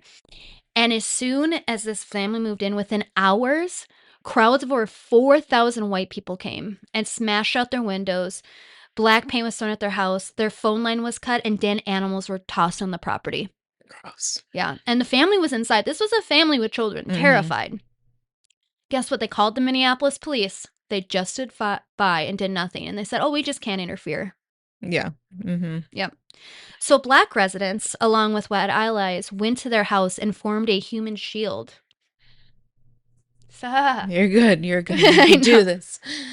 Oh, I know. It's like a mirror. It is. That's why I wanted to do this episode, because it's just never ending. Yeah. I think a lot of people out in the world go, we're not like this. We don't do this. This isn't us. It is us. It's always been us, guys. I think as maybe it's the first time you're seeing it happen to like predominantly white people. But this has been Minnesota. Yeah. Forever. But we've stood and we've always won. Good has always prevailed. Yeah. So Black residents and white residents went around the house. They started delivering food. They were helping walk their kids to school, everything like this. Lena Olive Smith, a Minnesota first Black woman lawyer, led their legal defense. And even so, the mob lasted around their house for over a year. Wow. Yeah. But the neighbors were helping and making sure they were taken care of. And luckily, they were never hurt. After 2 years, they decided to move. But they just said out of exhaustion. They're like, we're not forced out. We want to be here. And they stood their ground for 2 years. And I give them a lot of credit for that. Yeah. Yeah. But at what point are you like, this is not what I want my life to be? No. So today, the house is on the National Register of Historic Places. I've seen it so many times and didn't even realize the history behind it. Yeah. So I'm glad I got to know about it. So now we're at 1934, and that is when we have the Great Minneapolis General Strike. So Minneapolis in the 1930s was controlled by a citizen alliance, which was like a shadow government of Minnesota, like bankers and like media and everything like that. And they really tried to like pressure banks and like had private guards and go into unions and really like kept files on like organizers in Minnesota and like protesters. And they try to keep like stuff on like judges. So in May 1934, a group of truckers came together and called themselves the Teamsters Local 574. This group launched a nationwide strike saying, we can't have this government controlling our businesses and controlling everything we do. Their HQ, their command center, was at 1900 Chicago Avenue, and it was bad ass, guys. I'm talking about like just some normal people like you and I who were truckers. Like it started with just a few truckers. Yeah. They're like, we're done with these shadow governments in Minnesota. We're done with these police hurting us. And they got a building, and it was like a military ran building for protesters to, kind of stop their federal government and stop this Minnesota shadow government. Yeah. Yeah. Which is super cool. Yeah. It sounds like what's formulating here. Exactly. So during one of those strikes of workers on July 20th, police came in a large van and violently just started shooting the crowd of people. Like crazy shooting. The National Guards had to intervene, and it was the only time in Minnesota we had to call for martial law because 2 were murdered, 2 people, and 6 dozen were injured. Like, it was fucked up. Yep. Like, think about just like cops coming and just shooting everyone on the street. Yeah. Yeah. Just shooting a line of protesters. Just shooting a line of protesters who were just sitting there. So the guard came in, martial law, and they occupied warehouses. They actually raided the HQ on Chicago Avenue. They arrested leaders, and they started to control all the truck movements in Minnesota, which is unheard of, having federal guards and government coming in and starting to rule all your businesses in Minnesota when they were fighting to stop this. And then the federal government's like, we're going to do it instead then. Yeah. So on August 21st, the strikers kept striking. They kept going out even after the murder. And guess what? They won. They won. They recognized unions. They raised wages here in Minnesota. They included warehouse workers and completely ended discrimination against that. Yeah. So keep fighting, people. Keep fighting. And the strike completely transformed Minneapolis, reshaped national labor organizing, because just like what happened, we talked about when it got into the newspaper and people actually saw what happened and saw oh my God, our government just came in and shot up all these people. Yeah. They followed us in Minnesota and they fought with us, and they also got the same rights as us. Yeah. So yay, Minnesota. Another one for the wins. Another one. So this is a name you probably have heard of, or you might not know who it is. Hubert Humphrey. You and I know who he is. But this is around the time of, obviously, Black people did not have equal rights to white people at this time. And both parties, the Republicans and the Democrats, really were fine with that. Really fine with that status quo. So it was a big deal when Hubert Humphrey, who was the Minneapolis mayor at the time, went in front of the Democratic National Convention in 1948 and pushed for equal rights for everybody. He worked on the Civil Rights Act in 1964, the Voting Rights Act in 1965, and he ended up serving as their U.S. vice president from 1965 to 1969. He was the first politician that really went out there when it came to segregation and stopped it. And that was a Minnesota grown man. Yep. We named our big old, it's not there anymore, the Metrodome, the Hubert H. Humphrey Metrodome, and we just talked about the airport last episode. We've got the Lindbergh Terminal, and we have the Humphrey Terminal. It's like the main international. We do. I'm proud that he's from Minnesota. We got one good guy, one bad guy terminal. But who knows that? I mean, we say good things about Hubert Humphrey, but I mean, Lindbergh, again, we're talking about good and bad, the dark and the good. These people, everyone, I can even say that about Trump. Like with Trump, I'm like, he has so much darkness, so it's mostly darkness, but there's things that are good. So it's like, I don't think anyone's pure good and bad. But Hubert, as what I know about him, seems like a good guy. Seems like a good guy. Good guy. Now we have some really dark history. So you guys know, listen to this podcast, I talk a lot of shit about the Minneapolis police because I've had to deal with them so much in my life. Yeah. I being growing up in Minneapolis and in an area where we had a lot of there's gang violence in the neighborhood, and so we've had 3 people murdered on my lawn. 3 people, 3 different separation times. Not even from the gang. One was a stray bullet into a child. I'm telling you that we live so close where the Minneapolis patrol stationed, over an hour. Yeah. Like, these people don't give a shit. And we have a long history of Minnesotan people, just regular, everyday human beings, still fighting against these people. So let's talk about their history, because they suck. And they suck. They suck. So they even had a squad, the Minneapolis PD, that they called the Moral Squad, and it ran from 1940 to 1960. Officially, they were supposed to enforce moral, stop gambling, prostitution, and liquor violations. But just like any agencies, let's say like ICE, that don't do their actual job and actually go get criminals, they weren't doing exactly the same thing. This unit is actually the reason the American Indian movement was formed in Minneapolis, which we'll talk about here. So let's get into the details. Now, this unit, this squad, patrolled the north side like an occupying force. The Moral Squad treated North Minneapolis, especially the Black community, like a zone of suspicion. They routinely stopped Black men on the street, raided homes without warrants, beat people in alleys, harassed Black-owned businesses, and demanded bribes and threatened families who complained. The residents described them as the police you feared more than criminals. And that's how I feel too, and they're still this way, is because even though I was around a lot of gang violence, I trust gang members so much more than I ever trusted the police. Because as long as you treat them nice, they're going to treat you nice. I've never had an issue. Yeah. So And I've always been terrified of the cops because this is how they're acting. They're worse than gang members, and they've been doing this since then.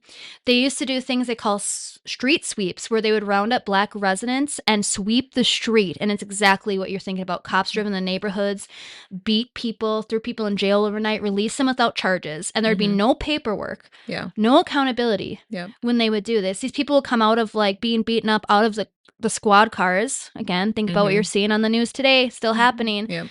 Coming out of the squad cars, and there's like no history of it. And they're like, and you can't go, what are you going to go to the cops? What are you going to do? What are we going to go to the cops right now? What are we going to do? You know?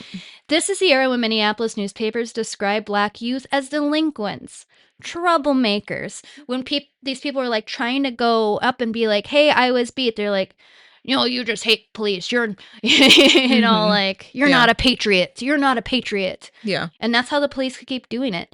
Now, these men would sexually harass and assault women, and the women couldn't do anything. And they would try to document it, especially black women and sex workers would try to document it, but no one would listen to them. They said they were being groped during searches, being, prepositioned, being threatened with jail if they didn't comply, being assaulted in squad cars, and complaints went nowhere.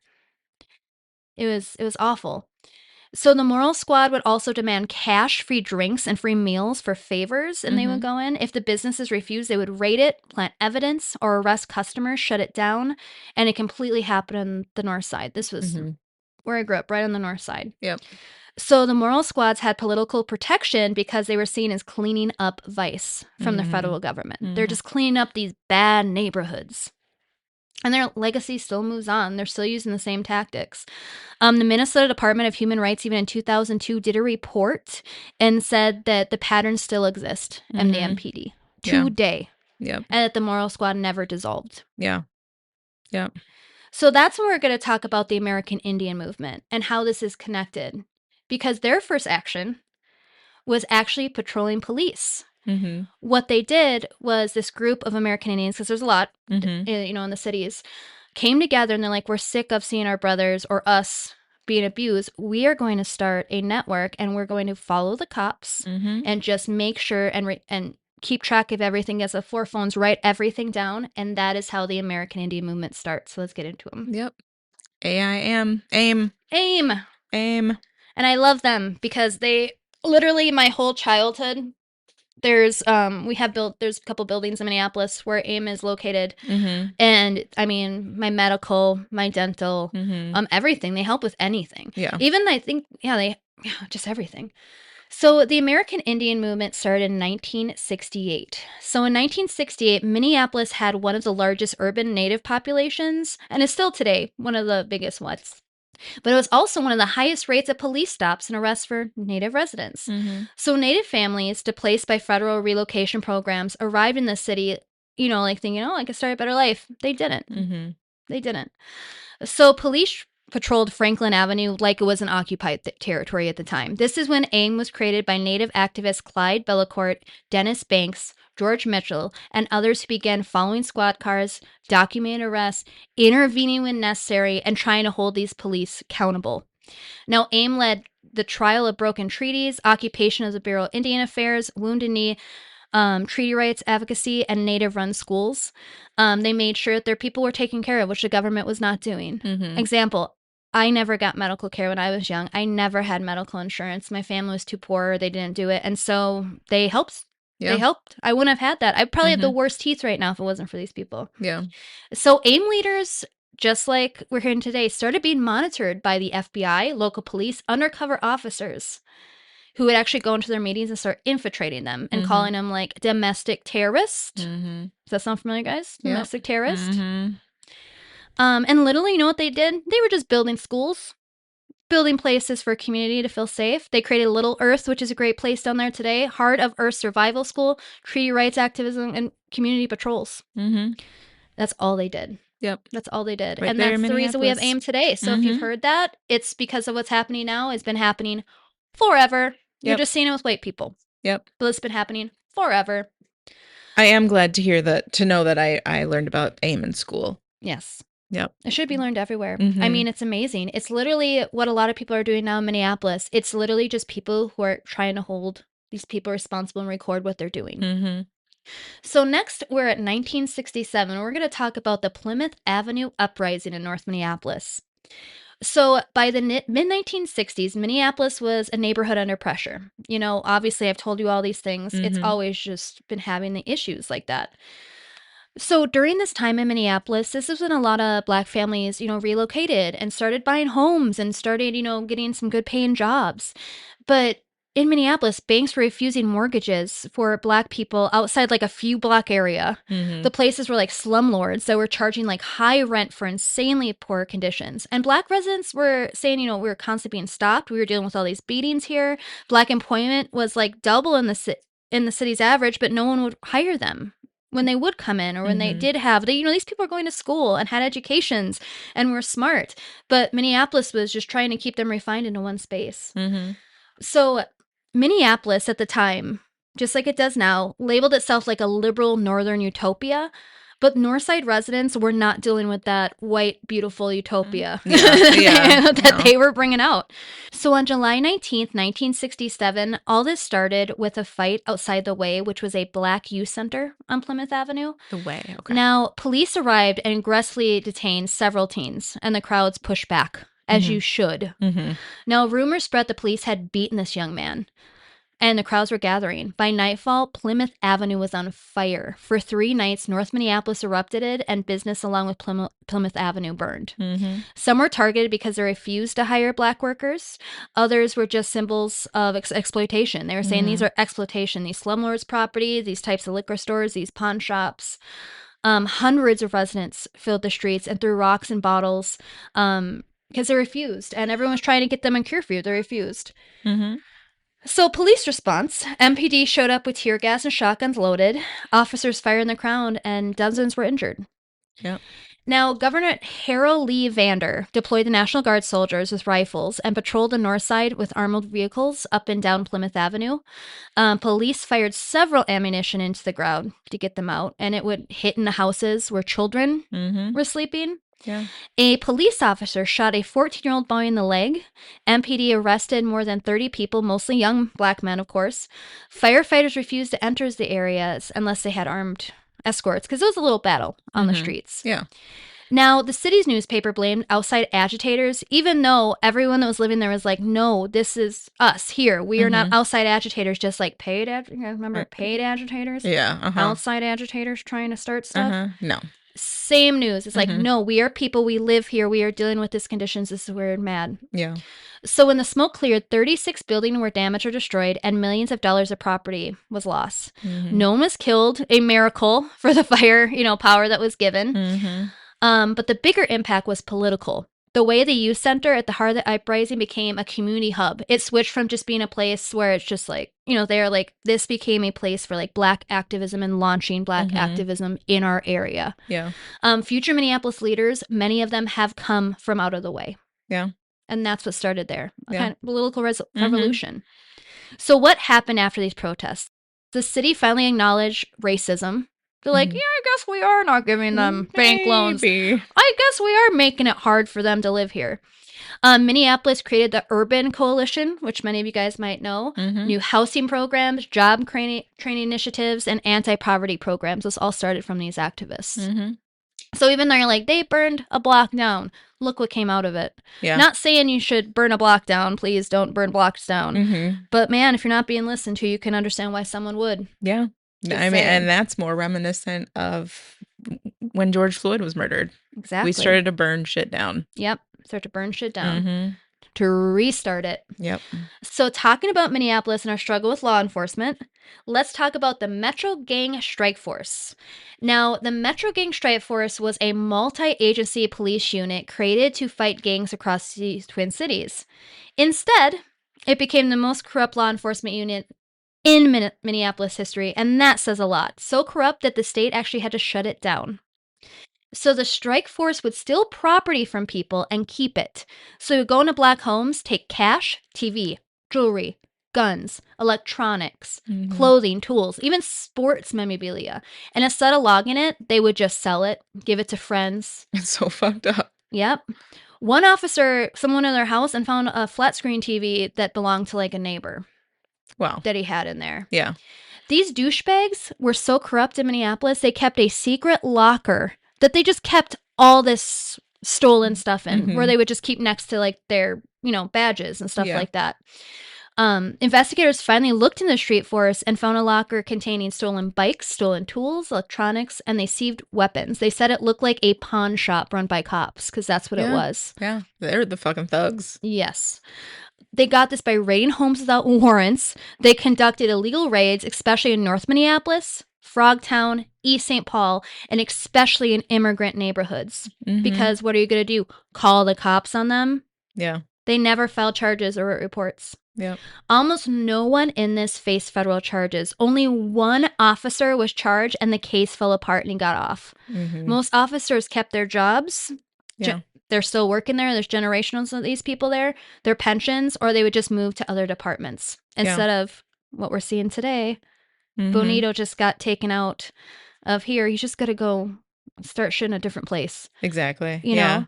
Yeah. And we're talking about all the fucking January 6th rioters just being pardoned and called American heroes. Yep.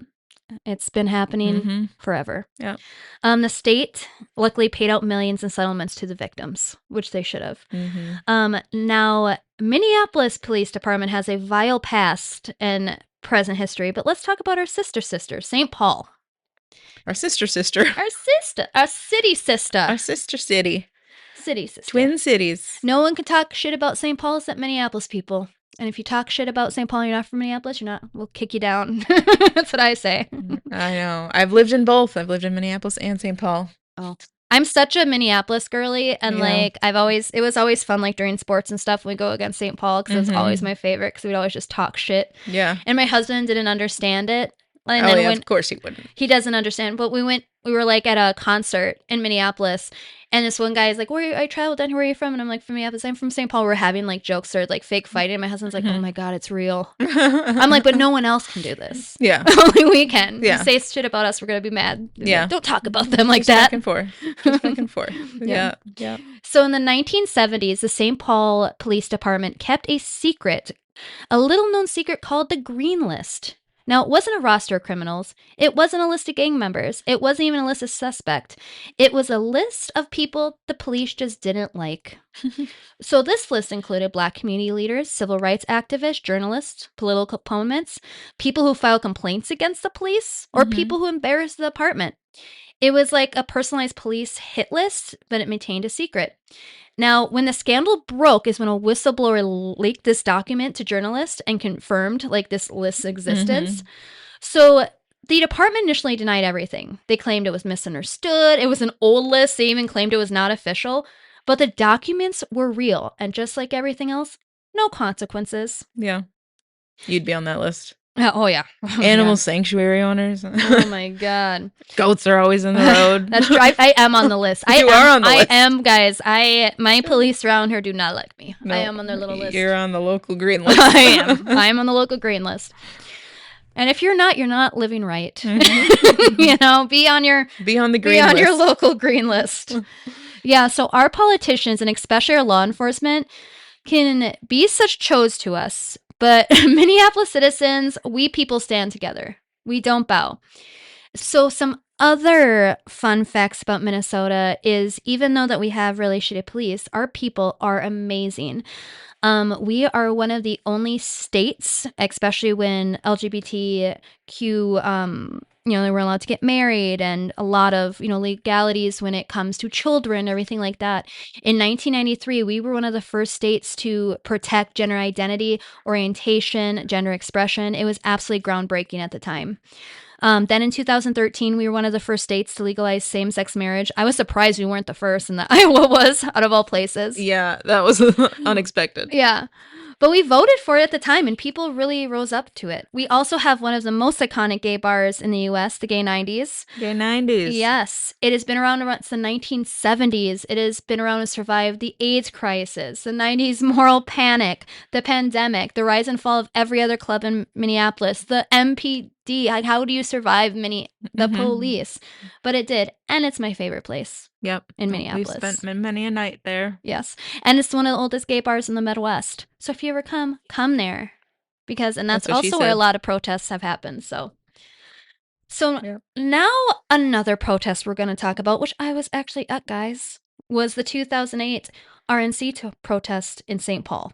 Yep. So Voting year.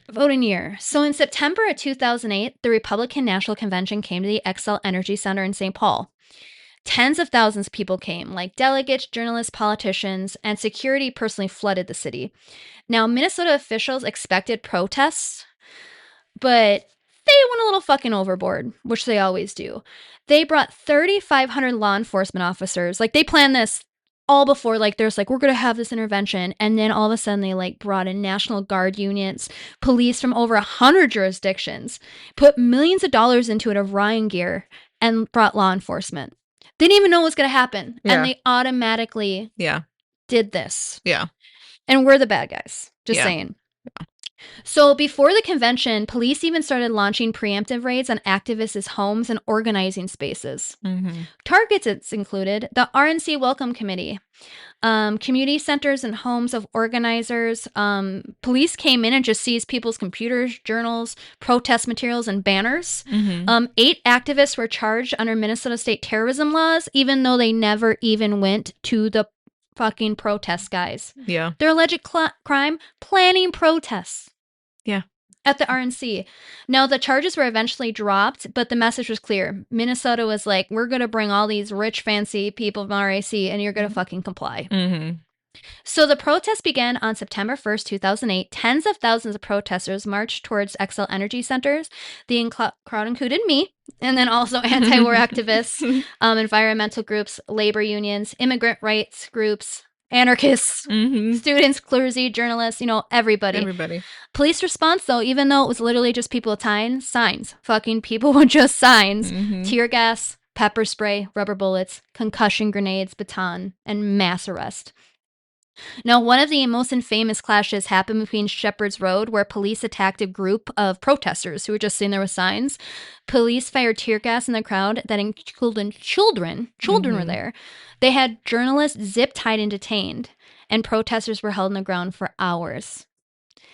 Now, dozens of journalists were arrested, including Democracy Now! Host Amy Goodham and 2 of her producers. Mm-hmm. And she didn't know why. Yeah. It was crazy. So Minnesota really became the center of national debate around, press freedom and protest rights. Mm-hmm. Now, throughout the 4-day convention, police were still raiding safe houses. Officers infiltrated protest groups. Snatch and grabs arrests were happening in the streets. Buses of protesters were being taken. The jails here in Minneapolis were so crowded, they brought dog cages in and were holding protesters in dog cages. And all they did was protest. Yeah. And just to set the scene, can everybody imagine? We were 19. Yes. This was our first voting year. Mm-hmm. Yeah, in our Minnesota. first voting year is that we can't even protest our Yeah. And this person. is, we ain't that old. No. This is not that long ago. No, it was crazy. It was fucking mad. It was like, think about, because, like you even see in the protests here in Fergus, it's just like nice people just saying outside, sitting like that. And then think about like right next to you having just an insane amount of police and military and people with guns sitting there staring at you. Yep. It's crazy. Mm-hmm. Now, the RNC protests were the first major event where millions were spent on armored vehicle surveillance equipment and chemical weapons against its own people. Now, this model would later be used, and we've seen it when it came to the 2016 Philando Castro protests, the 2020 George Floyd uprisings, and right now what we're seeing here, and also the 21 and 22 Uptown protests. Like, for some reason, our federal government is so scared of Minnesota's protesting, Mm-hmm. and it makes no fucking sense. It's because we get shit done. We do. I mean, look at what happened in our past. Yeah. They treat us, they treat regular They know we're going to protesters be a here. problem. Yeah. Yeah. Or they can just listen to people and give people what they want. No, It's complete it's overreach. It's Yeah. insane overreach.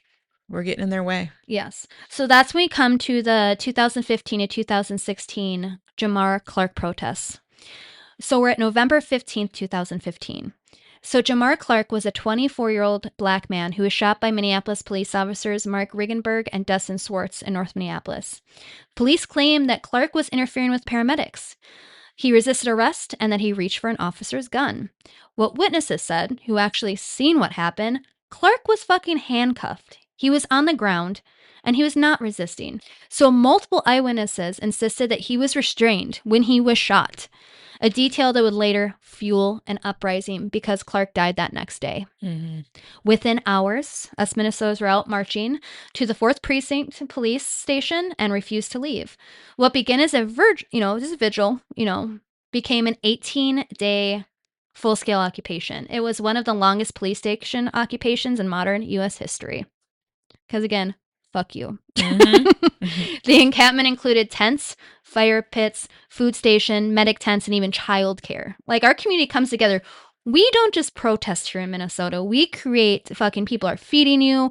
It's like a fucking, like, we Whole just community. like, this is our town now. Mm-hmm. Like, this Yeah. is our town now. There were drums at nights, fire burning in metal barrels, exactly what you're seeing here. We have Mhm. been dealing with this for a long time. Now, there were police floodlights sweeping through the camps. Helicopters were on top.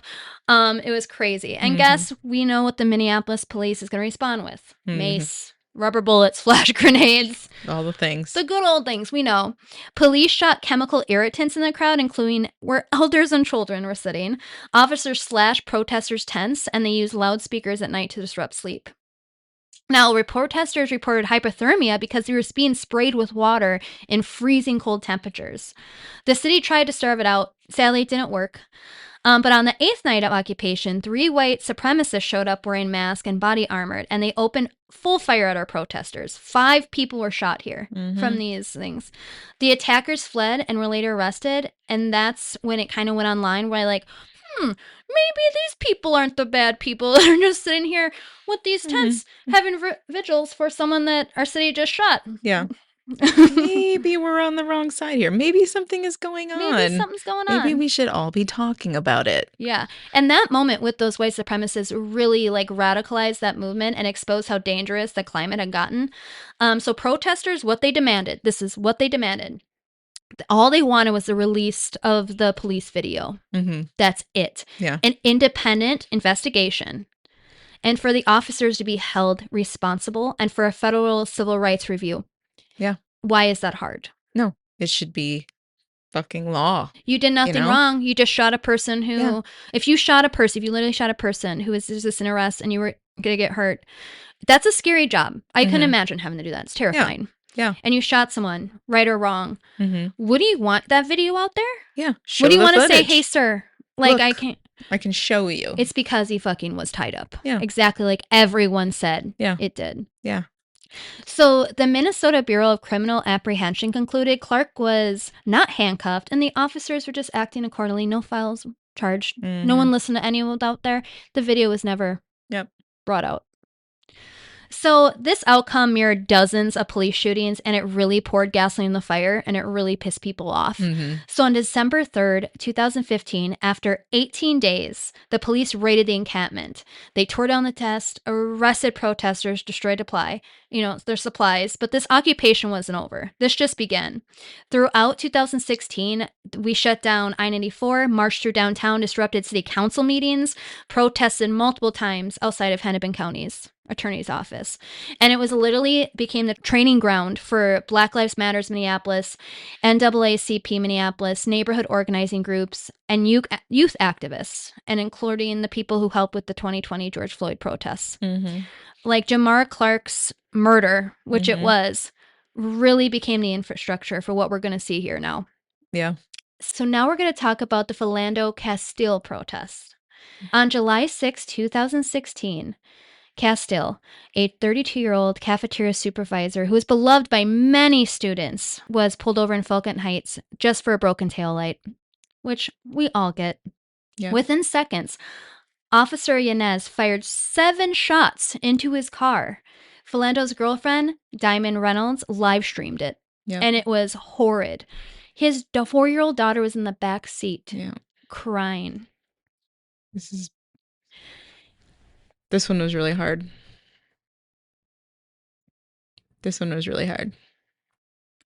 Yeah. You can hear in the video saying, I don't want to get shooted. Sorry. Oh, it's gonna be a hard one. Isn't he reaching for his insurance? He's reaching for his insurance, as you do. Yeah. So this video, if you haven't seen it, it went viral instantly, but everyone kept trying to take it down. Like Facebook kept removing it. Mhm. But Minnesota, everyone in the world, like we saw a man die in real time. Within hours, protesters marched into I-94, shutting down the freeway for hours. Of course, the police came, and they had tear gas or bullets, flash grenades, mass arrest. Over 100 people were arrested that night. It was actually one of the largest mass arrests in Minneapolis history. Up to that point, at Yep. least. Officer Ness was charged with second-degree manslaughter and dangerous discharge of a firearm. This was rare. This was rare, and it's because of those protests, because Minnesotan police, our police officers are never charged Yeah. with anything. Yeah. The We trial... saw it. It's because we saw it live and we Live. demanded justice. We see what happened and you We can't deny believed what our you see. eyes. Mhm. We believed what we saw in front of Yeah. our eyes. Yeah. So the trial was held in Ramsey County, and it was one of the most watched trials in the county. After 27 hours deliberation, the jury returned with a verdict: not guilty. Now, Minneapolis erupted after this. The acquittal triggered days of protests, because of course it did. There was marches through St. Paul, Minneapolis, occupations of the government mansion, the shutdown 984, again, a shutdown on I-35W. These are our major highways here. Mhm. Sit-ins at the state capitol and rallies outside of Ramsey County Courthouse. Mhm. By 2018, the protests had evolved into a broader movement of, police accountability and racial profiling. Mhm. Philando's mother, Valerie, became a powerful voice for justice, and she's She's still amazing. an amazing woman. So, although acquitted, Yanez was terminated by the St. Anthony Police Department. Philando's family received a civil settlement of $3 million, one of the largest in Minnesota history, and his school district created scholarships and memorial funds. Now, this case fueled in Minnesota an end to minor traffic stops and demand for body cameras. Mhm. It was this of why cops have to have body cameras today. Yep. This was the catalyst. This was the catalyst. Minnesota, again. Mhm. Another good thing that came out of something so awful. Mhm. And that's when we're going to get to the George Floyd protests in 2020. So on May 25th, 2020, George Floyd died during an arrest. Oh my God. Ugh, let me get this cry stitch out, and then I'll start with George Floyd. It's hard to go right from Philando to Floyd. Just keeps going. Yeah. Keeps fucking going. Yep. It's And just these so times, much history. These were such pivotal times in our lives too. This is when you and I personally have small children, Mm-hmm. where we're starting with the fucking COVID shit's coming in 2020. Like there's a lot going on. It's a lot going on. It's a lot.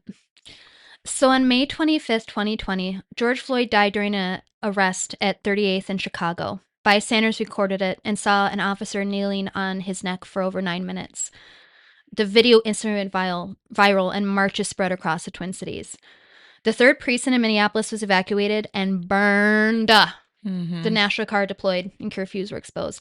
This was a time I lost a lot of friends, because I had so many people on Facebook would be like, "Oh, I can't believe they're burning down. I can't believe they did this." Like, do you not have feelings? Like, do you not know, like, all these people being murdered by these people? Yeah. So between 15 and 26 million people participated in this. This was the largest protest movement in U.S. history at that time. Police response? You guessed it. Yep. Arrest. Journalists even. Rubber bullets, flashbangs, hurting people. Tear gas, yep, all the things. So protesters really took over the area. They got barricades, they got community patrols, they started restaurants were going there, food distributions, memorials. Chavanaugh, the officer who kneeled on his neck, was convicted in April 2021 and was sentenced to 22.5 years. So Minneapolis police has a long history of hurting people that have mental health problems and using guns first over anything. Yeah. So I'm going to say a few names here of examples. We got Thurman Bowman in Minneapolis in 2018. Neighbors called because they said a man was shooting a gun in an alley. When officers arrived, it was just a man sitting on a curb, drinking, clearly intoxicated. When the officer approached him, they shot him twice. His last words were, "Please don't shoot me. Leave me alone." Protests across the city that day. We got Brian, I'm sorry, Brian. I hope I'm probably gonna say your name wrong. Quonos. It's Quinones, and this was in Edina in 2019. Brian live streamed his mental health crisis on Facebook. He was erratic, crying, clearly in distress, clearly needing help. When he stopped his car, officers from 2 departments surrounded him. He stepped out, not charging, not attacking, and the officers put fire on him. Shot multiple times in front of his family. It was a live stream capturing the moments up to his death. We got Travis Jordan, Minneapolis, 2022, as a man experienced a mental health crisis, so his girlfriend called 911 for help. When officers arrived, Travis was holding a knife at his side, not attacking anyone, probably hurting himself more than anybody. Body cam footage show officers shouting commands and then firing within seconds. He was killed in his own yard. The Minnesota Department of Human Rights later cited that this was the worst case of MPD's pattern of discriminatory and excessive force that they've ever seen after watching the videos.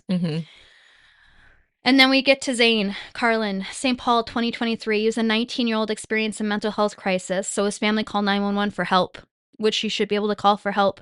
Police arrived, escalated the situation, and shot him. His family later came on and said, "We just called for help. We didn't call for an execution." All right.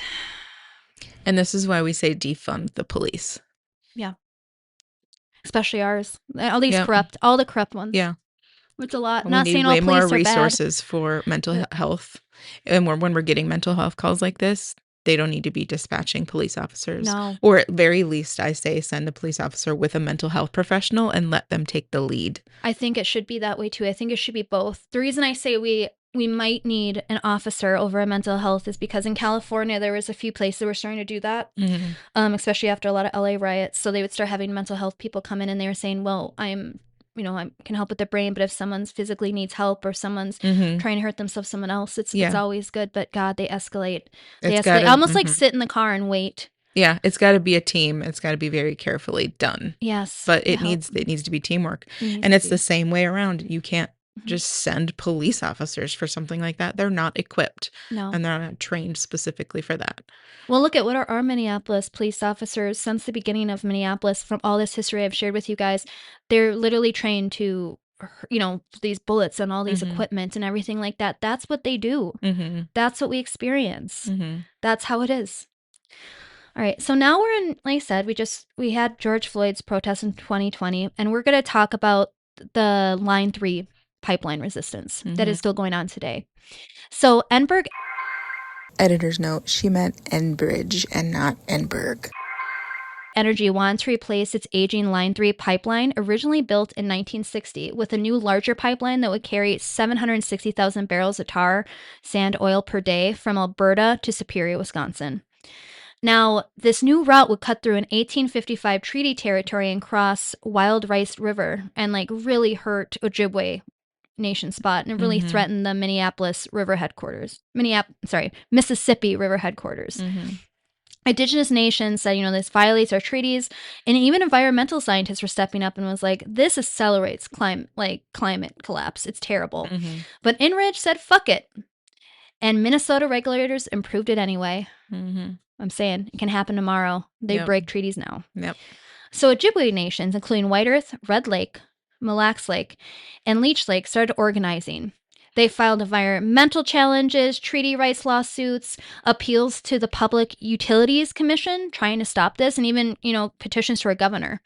Meanwhile, activists were building something beautiful, early resistance camps and legal defense networks, unlike anyone has ever seen when it comes to helping national climate groups. There was this quiet phrase, the planning, the coalition building, the gathering storm.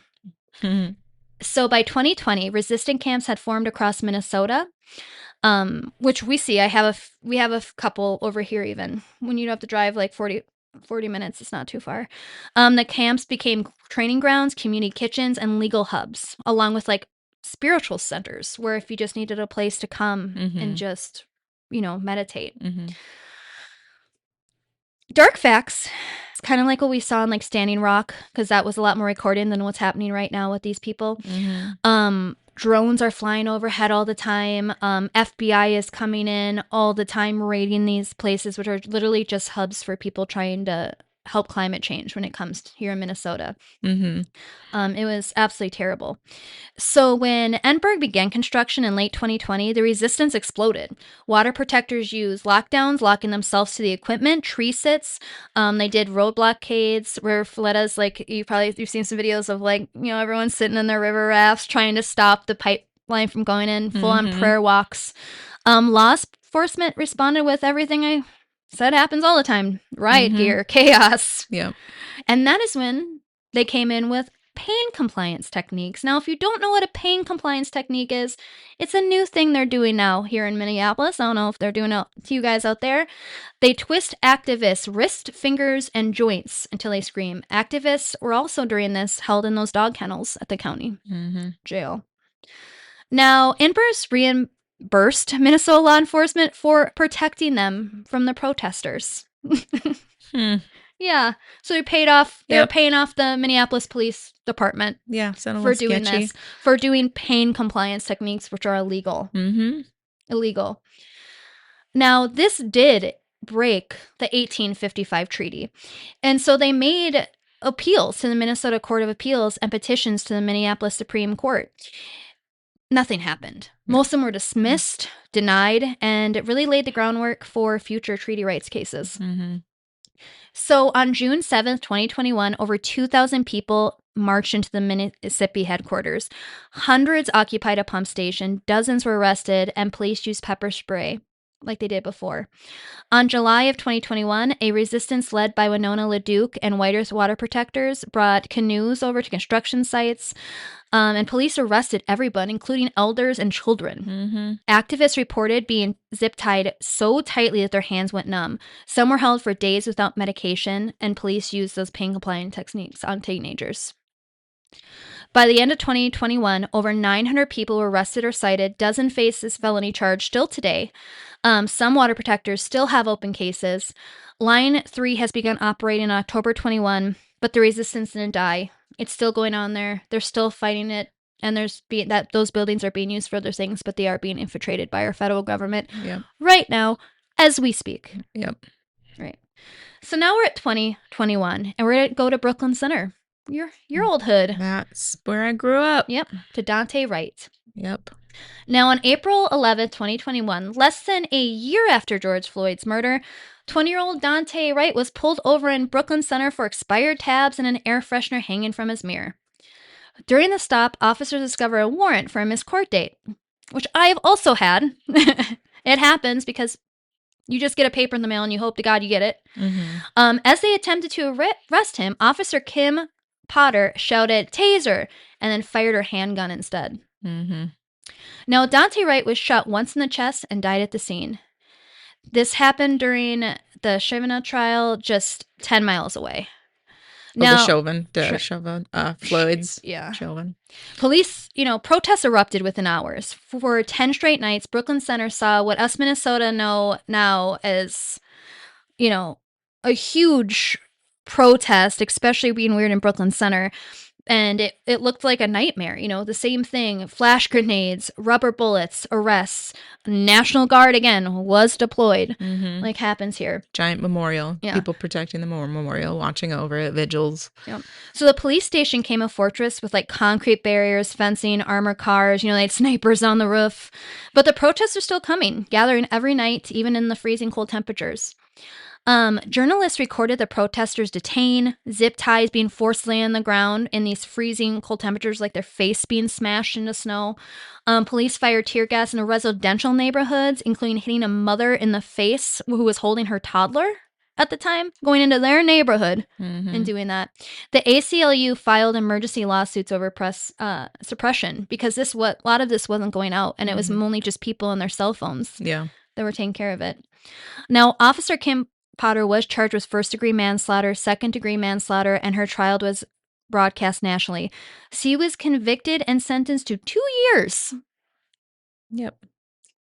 And you wonder why people get pissed off. On June 3rd, 2021, 32-year-old Winston Boogie Smith Jr., who has the coolest name ever, was shot and killed by members of U.S. Marshals Task Force in an uptown parking ramp. Of course, the task force officers were not wearing body cameras, even though they were supposed to.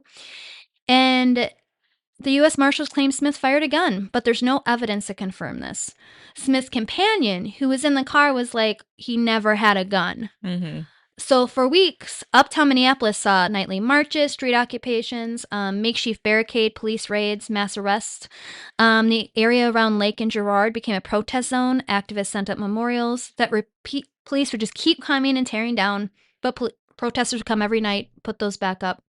It was like a tug of war on his memory. It was really fucked up. Mm-hmm. So during the turmoil, police drove a vehicle through the protest crowd, injuring multiple people, just right in there. It was crazy. A protester, Deanna, was actually killed by men that drove through a demonstration. So by late 2021, the Dante Wright and Winston Smith movements had fueled a single narrative: police violence and the federal task force and super overreach. Organizers from Brooklyn Center and Uptown began coordinating and began what was built kind of another coalition in Minneapolis to help, people, just like AIM was. All these are all to protect humans. Thanks to those protests, they became the Brooklyn Center Police Reform Bill, which was passed in the wake of Wright's killing. There was limits on certain traffic stops, new civilian oversight structures, and new mental health response teams because of this. Now, while I am sharing this podcast, our history in chronological order, I hope that you feel the tension that we feel in our state. It's like we're built on a Indian burial ground or something. Mm-hmm. Yeah. Wouldn't you know? Wouldn't you know? So that's bringing up what we're dealing with today in 2026, this Operation Metro Surge protest. Now, Minneapolis right now is in the middle of the largest, coldest, most intense protests that we haven't seen since 2020, driven by Operation Metro Surge, which is a massive federal immigration enforcement campaign that's coming in. Tens of thousands of people are showing up almost every day in sub-zero temperatures to demand this crackdown. Labor unions, clergy, immigrant groups, students, organizers in towns. A lot of these are being called, which you've probably seen, Ice Out Minnesota, Day of Truth and Freedom, Economic Blackout Day. Mm-hmm. There's a day, different thing. Yeah. Big underground network of people helping everybody. Yes, and helping all the community. throughout the state. Mm-hmm. All throughout the state. So the protests were triggered. As everyone probably listening to here knows, unless you're living on a rock, these protests were triggered by our state being taken over by a militia, by our own president. They're breaking into homes, stealing our neighbors away, and fully violating the Constitution. Mm-hmm. Multiple ICE-involved shootings. In case we saw Renee Good, who was just a Minneapolis woman, and Alex Preddy, who is a VA nurse, and he was literally just executed in front of all of us. Yep. Operation Metro Surge has resulted in over 2,500 arrests so far, heavy federal presence in Somali, Latino, and immigrant neighborhoods, tons of racial profiling. They're not even trying to hide it anymore. No. On January 23rd, Minnesota saw a statewide general strike for the first time since the 1930s. Minnesota leaders have filed lawsuits claiming that, this is a federal investigation, which is exactly what it is, and it's a violation of our 10th Amendment right. And for reference, this is 5 days ago. If you're listening to this, whenever you're years from now, it is January 28th today. It is literally happening right now. Right now. The ACLU filed a class action lawsuit, and a federal judge partially blocked some ICE tactics, but not all of them, and they're not listening to it. No. Just because you have to realize, what are we as human beings in Minneapolis and Minnesota? What are we supposed to do? Mm-hmm. Just like how these buildings were burned down and stuff, and that's finally what stops it. Mm-hmm. Why do you make us do that? Yeah. That's the thing. It's they're not learning. They're not learning. Nobody's learning. No one's learning. Except us. The people.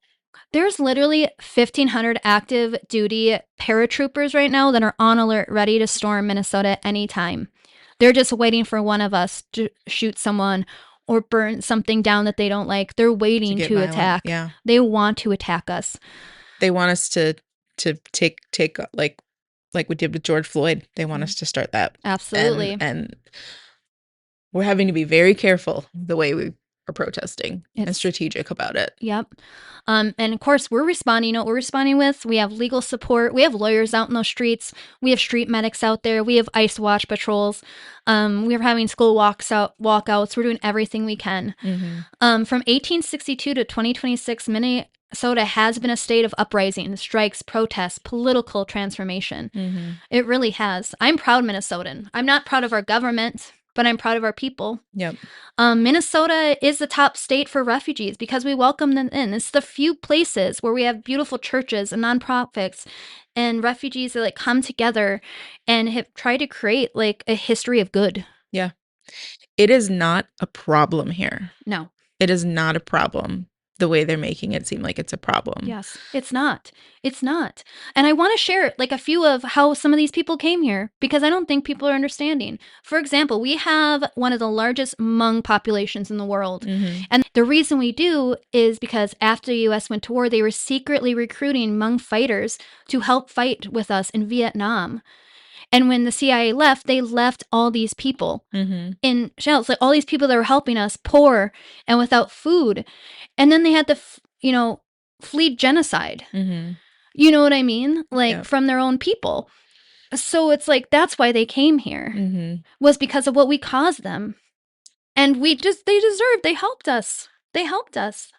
And guess what Hmong people brought to us when they came here? They brought us Hmong village, marketplaces. We have the Hmong American Farmers Association here. We have full Hmong-run schools in Minnesota, which is pretty cool. And we just elected one of our first Hmong state senators in the U.S., which Yep. is badass. It is badass. So if you're saying immigrants come here and they came here from genocide and they have built a fucking awesome community in Minneapolis. Yeah. And you can go ahead and check out our Hmong shamanism episode where we had Nicolazi Zhang on. I know. And she talks a little bit about a history and yeah.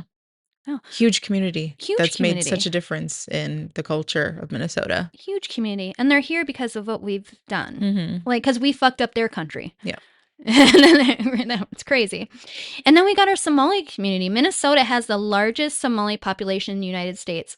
And many families came here. It's very new. Around 1900s, after a war that they were dealing with in their country. They were just escaping here to get better lives. And guess what they've built in Minnesota? Mm-hmm. We got the Kermal Mall, Somali TV Minnesota, dozens of super cool mosques. Like the mosques that they're building are beautiful here. I love them.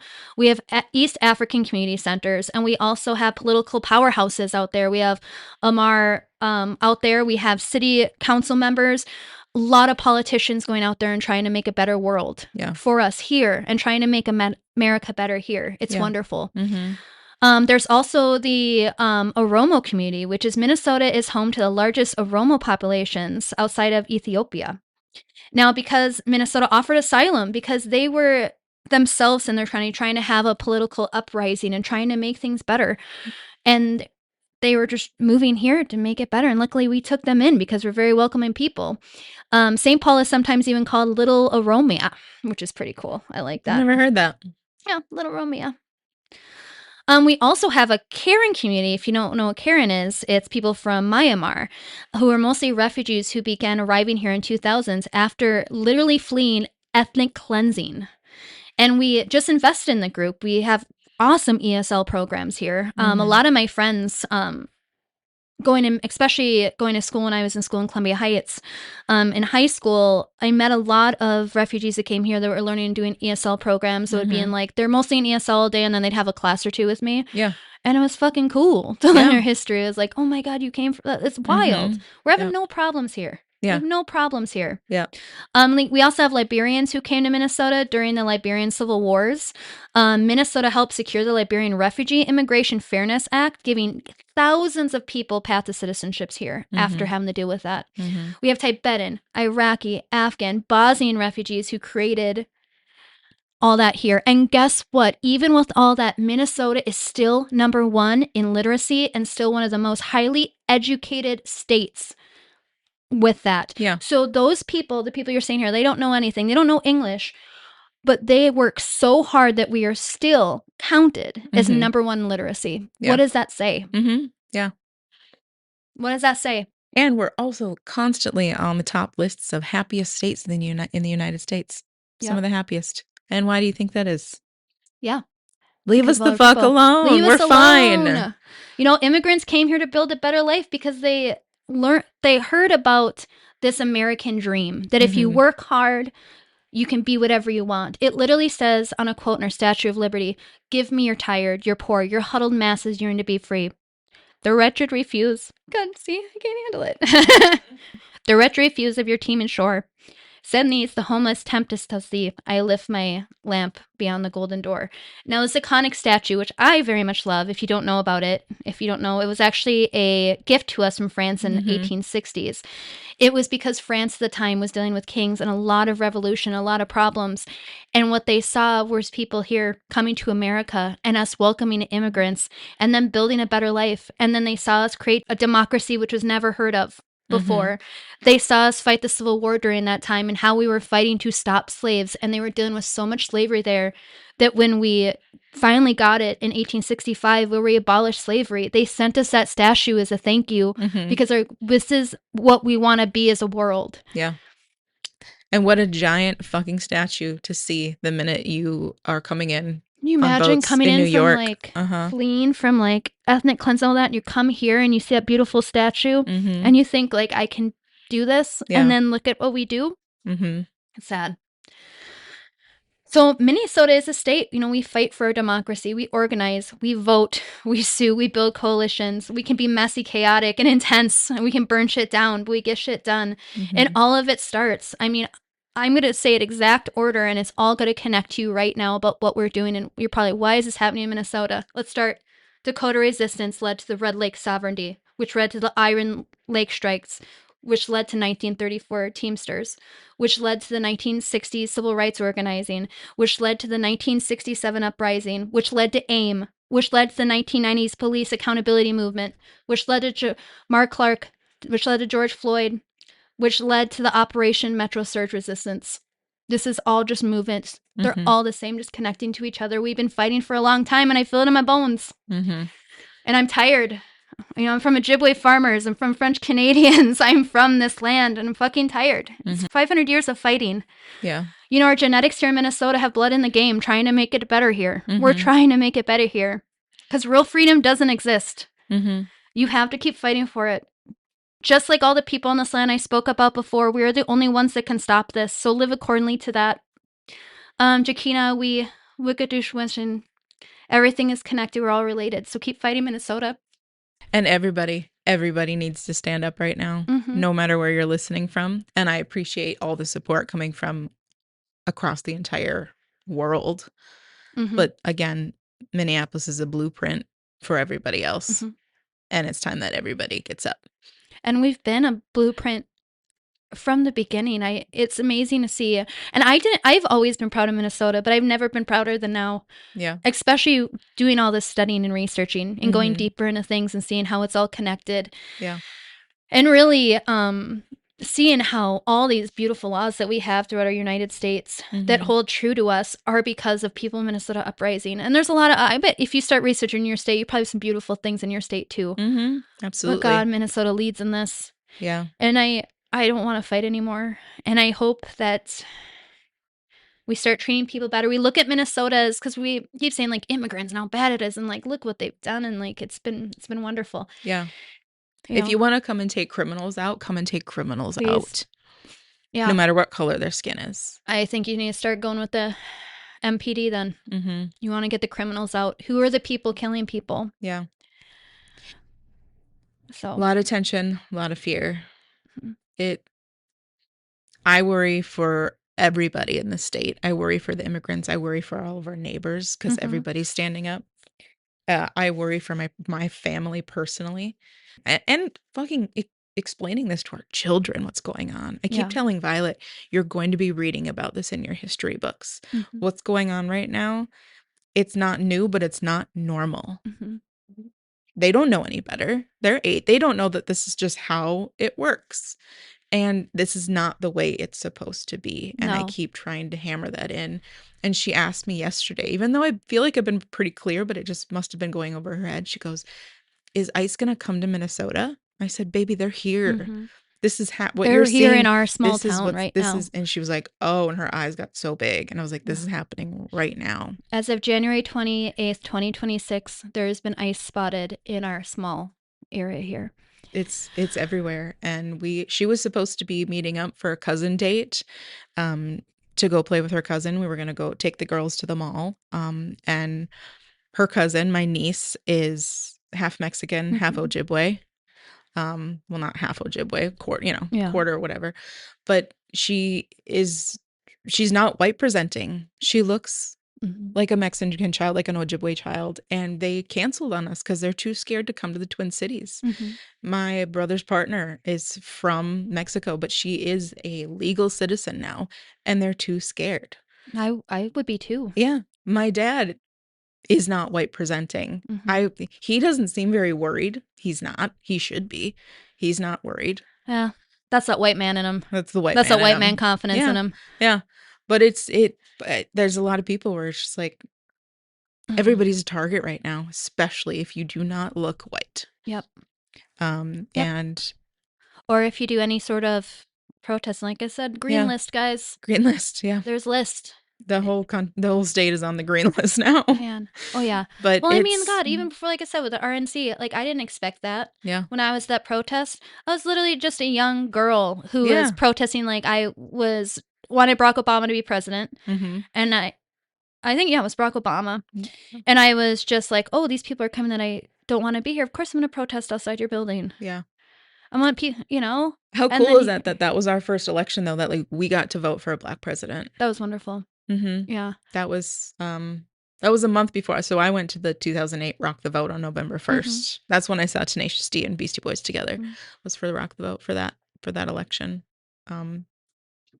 Yeah. Yeah. We're not going forward without taking 2 steps back, but we need to keep pushing forward. We need to. And don't make us burn down buildings to do it. No. You look at that and that's not what's wanted, but look at why it had to happen. Yeah. And I hope that people listen to this, that they don't know all this, or they have questions, or like, why is like, calm down, like, yeah, that's bad, but whatever. Like, I hope that you listen to this and really at your heart understood our history and really understood what's happening, how it's all connected. I hope that you can see why there's so much anger and hurt, how we have no one to help us. Yep. No one's helping us. Our police don't help us. They're part of it. Yeah. So I'm happy that some National Guards have started coming in. I have nothing against the National Guard, and I do hope that our National Guard people know their rights and know when they can say no. Yeah. And I know that's hard. Yep. But you got to say no. If they tell you to do something bad, you got to say no. Because there's so many veterans who have done bad things. If you talk to older veterans who have done such bad things, and they have to live with that their whole life. Yep. And their government told them they had to do it. Yep. And I hope that you learn from these old veterans. You learn from Vietnam. You know how many people came back fucked up from that? All our veterans on the streets from Vietnam because they have such mental health problems. You're not going to do something bad or kill people or hurt people who don't deserve it, and not walk out of that clean in your brain. Yeah. Just ask fucking Alex Preddy, who is a VA nurse. Yes. You can ask him. Yeah. Or guess what? You can't now. Yeah. It's awful. It's awful. I was able to, I didn't include this in my death news, but I drove from where we are to Albert Lea on Monday, which is about a little over a 4-hour drive. And I stopped in Minneapolis, and I wanted to have lunch at an immigrant-owned business while I was there, because why not? If I can support in any tiny way I can. And I purposefully went to the place right next to where he was killed, and I stopped by his memorial site, and there was still so many people there in the middle of the day on a Monday, dozens of people. In fact, if anybody saw the next day, a Tuesday morning Star Tribune on the front page, they were there taking that photo when I was there. And it's just nice to see people still standing vigil right there. And it was peaceful. Everybody was very silent and just talking and whispering and just paying their respects. Yeah. We're not angry people. It looks angry. It takes a lot for us. We're not angry people. We just want the best for everybody. Yeah. And so please learn that about us, and please help us. I don't know how. Stand up where you are. Yeah. So that we don't have to get violent. We've always won. We've always won. We can win this. We can win this. Everybody fucking stand up where you are, whatever state you are. And there have been so many people killed because of ICE officers all over the country this year, but specifically to our area in this episode. Renee Good and Alex Preddy, rest in peace. Yeah. And I'm sorry that there's not protests for them. And I wish there was people who would hold light for them. Please do it. And I'm sorry that they're not recorded and they don't have all this, and that's why. Everybody needs to stay on guard right now and be ready because it is coming. Well, I'm going to give you guys an example of what happened to me. I was just at a small protest in my small town, and this one guy was holding up an American flag because, he's an American, hold an American flag. What's more patriotic? Yeah. And this guy walked down the street and grabbed it from him and threw it on the ground. And no one, and I grabbed my camera immediately. Yeah. I'm not recording just in case. Yeah. Luckily it didn't. That's how it happens. The guy just walks out, but I looked around because there's a lot of people protesting and no one grabbed their camera and they were just watching this. Yeah. And I'm just like, that's number one is make sure to grab your stuff, your camera, and make sure to record it. Because look at even throughout history in Minnesota, all the way down to the 1900s, no one cared about this, that, or the other until one little newspaper clip. One person got one little clip that they got to a journalist. Yep. And it completely changed the way people thought about things. Just like if these weren't recorded, these ice incidents recorded, I bet so many people, there's still people out there, it makes no fucking sense. Yeah. But they're just like, if they just got out of their way, if they just didn't do this, if they just didn't do this, and now you're seeing it doesn't fucking matter. Yeah, exactly. Yeah. And we wouldn't know that.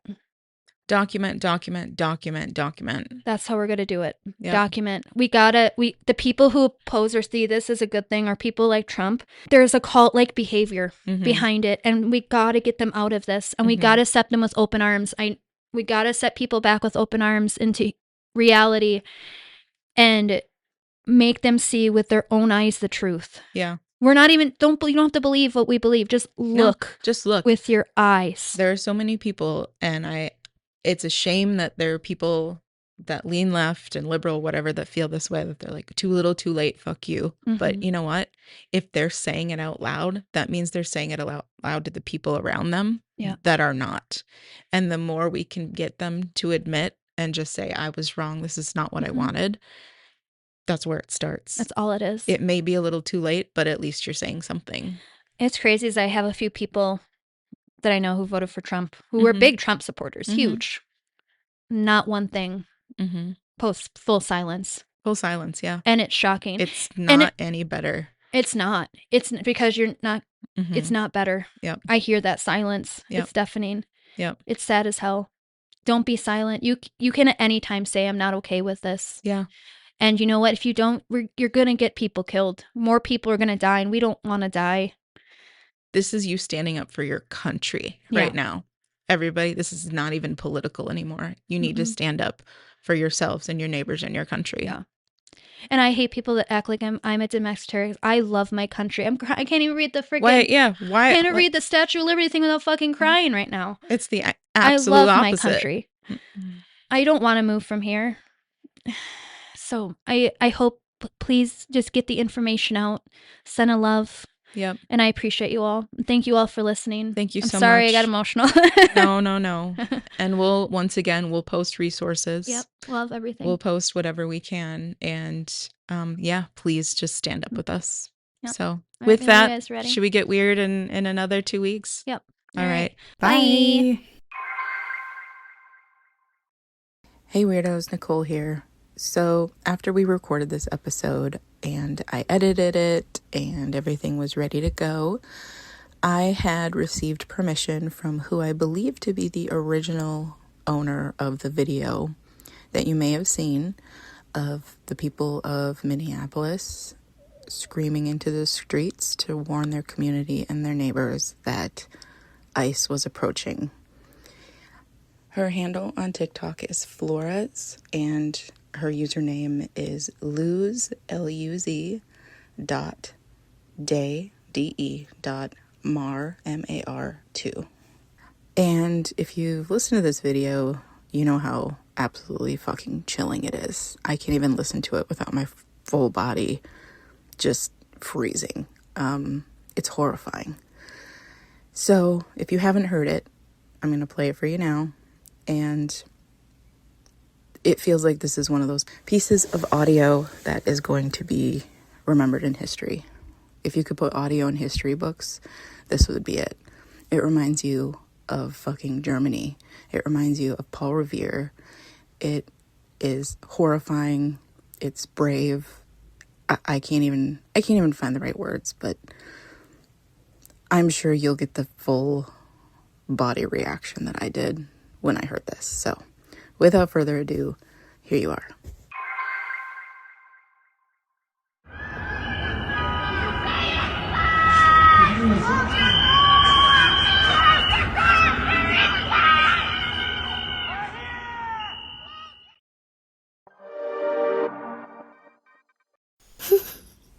Girls gone weird. Girls gone weird.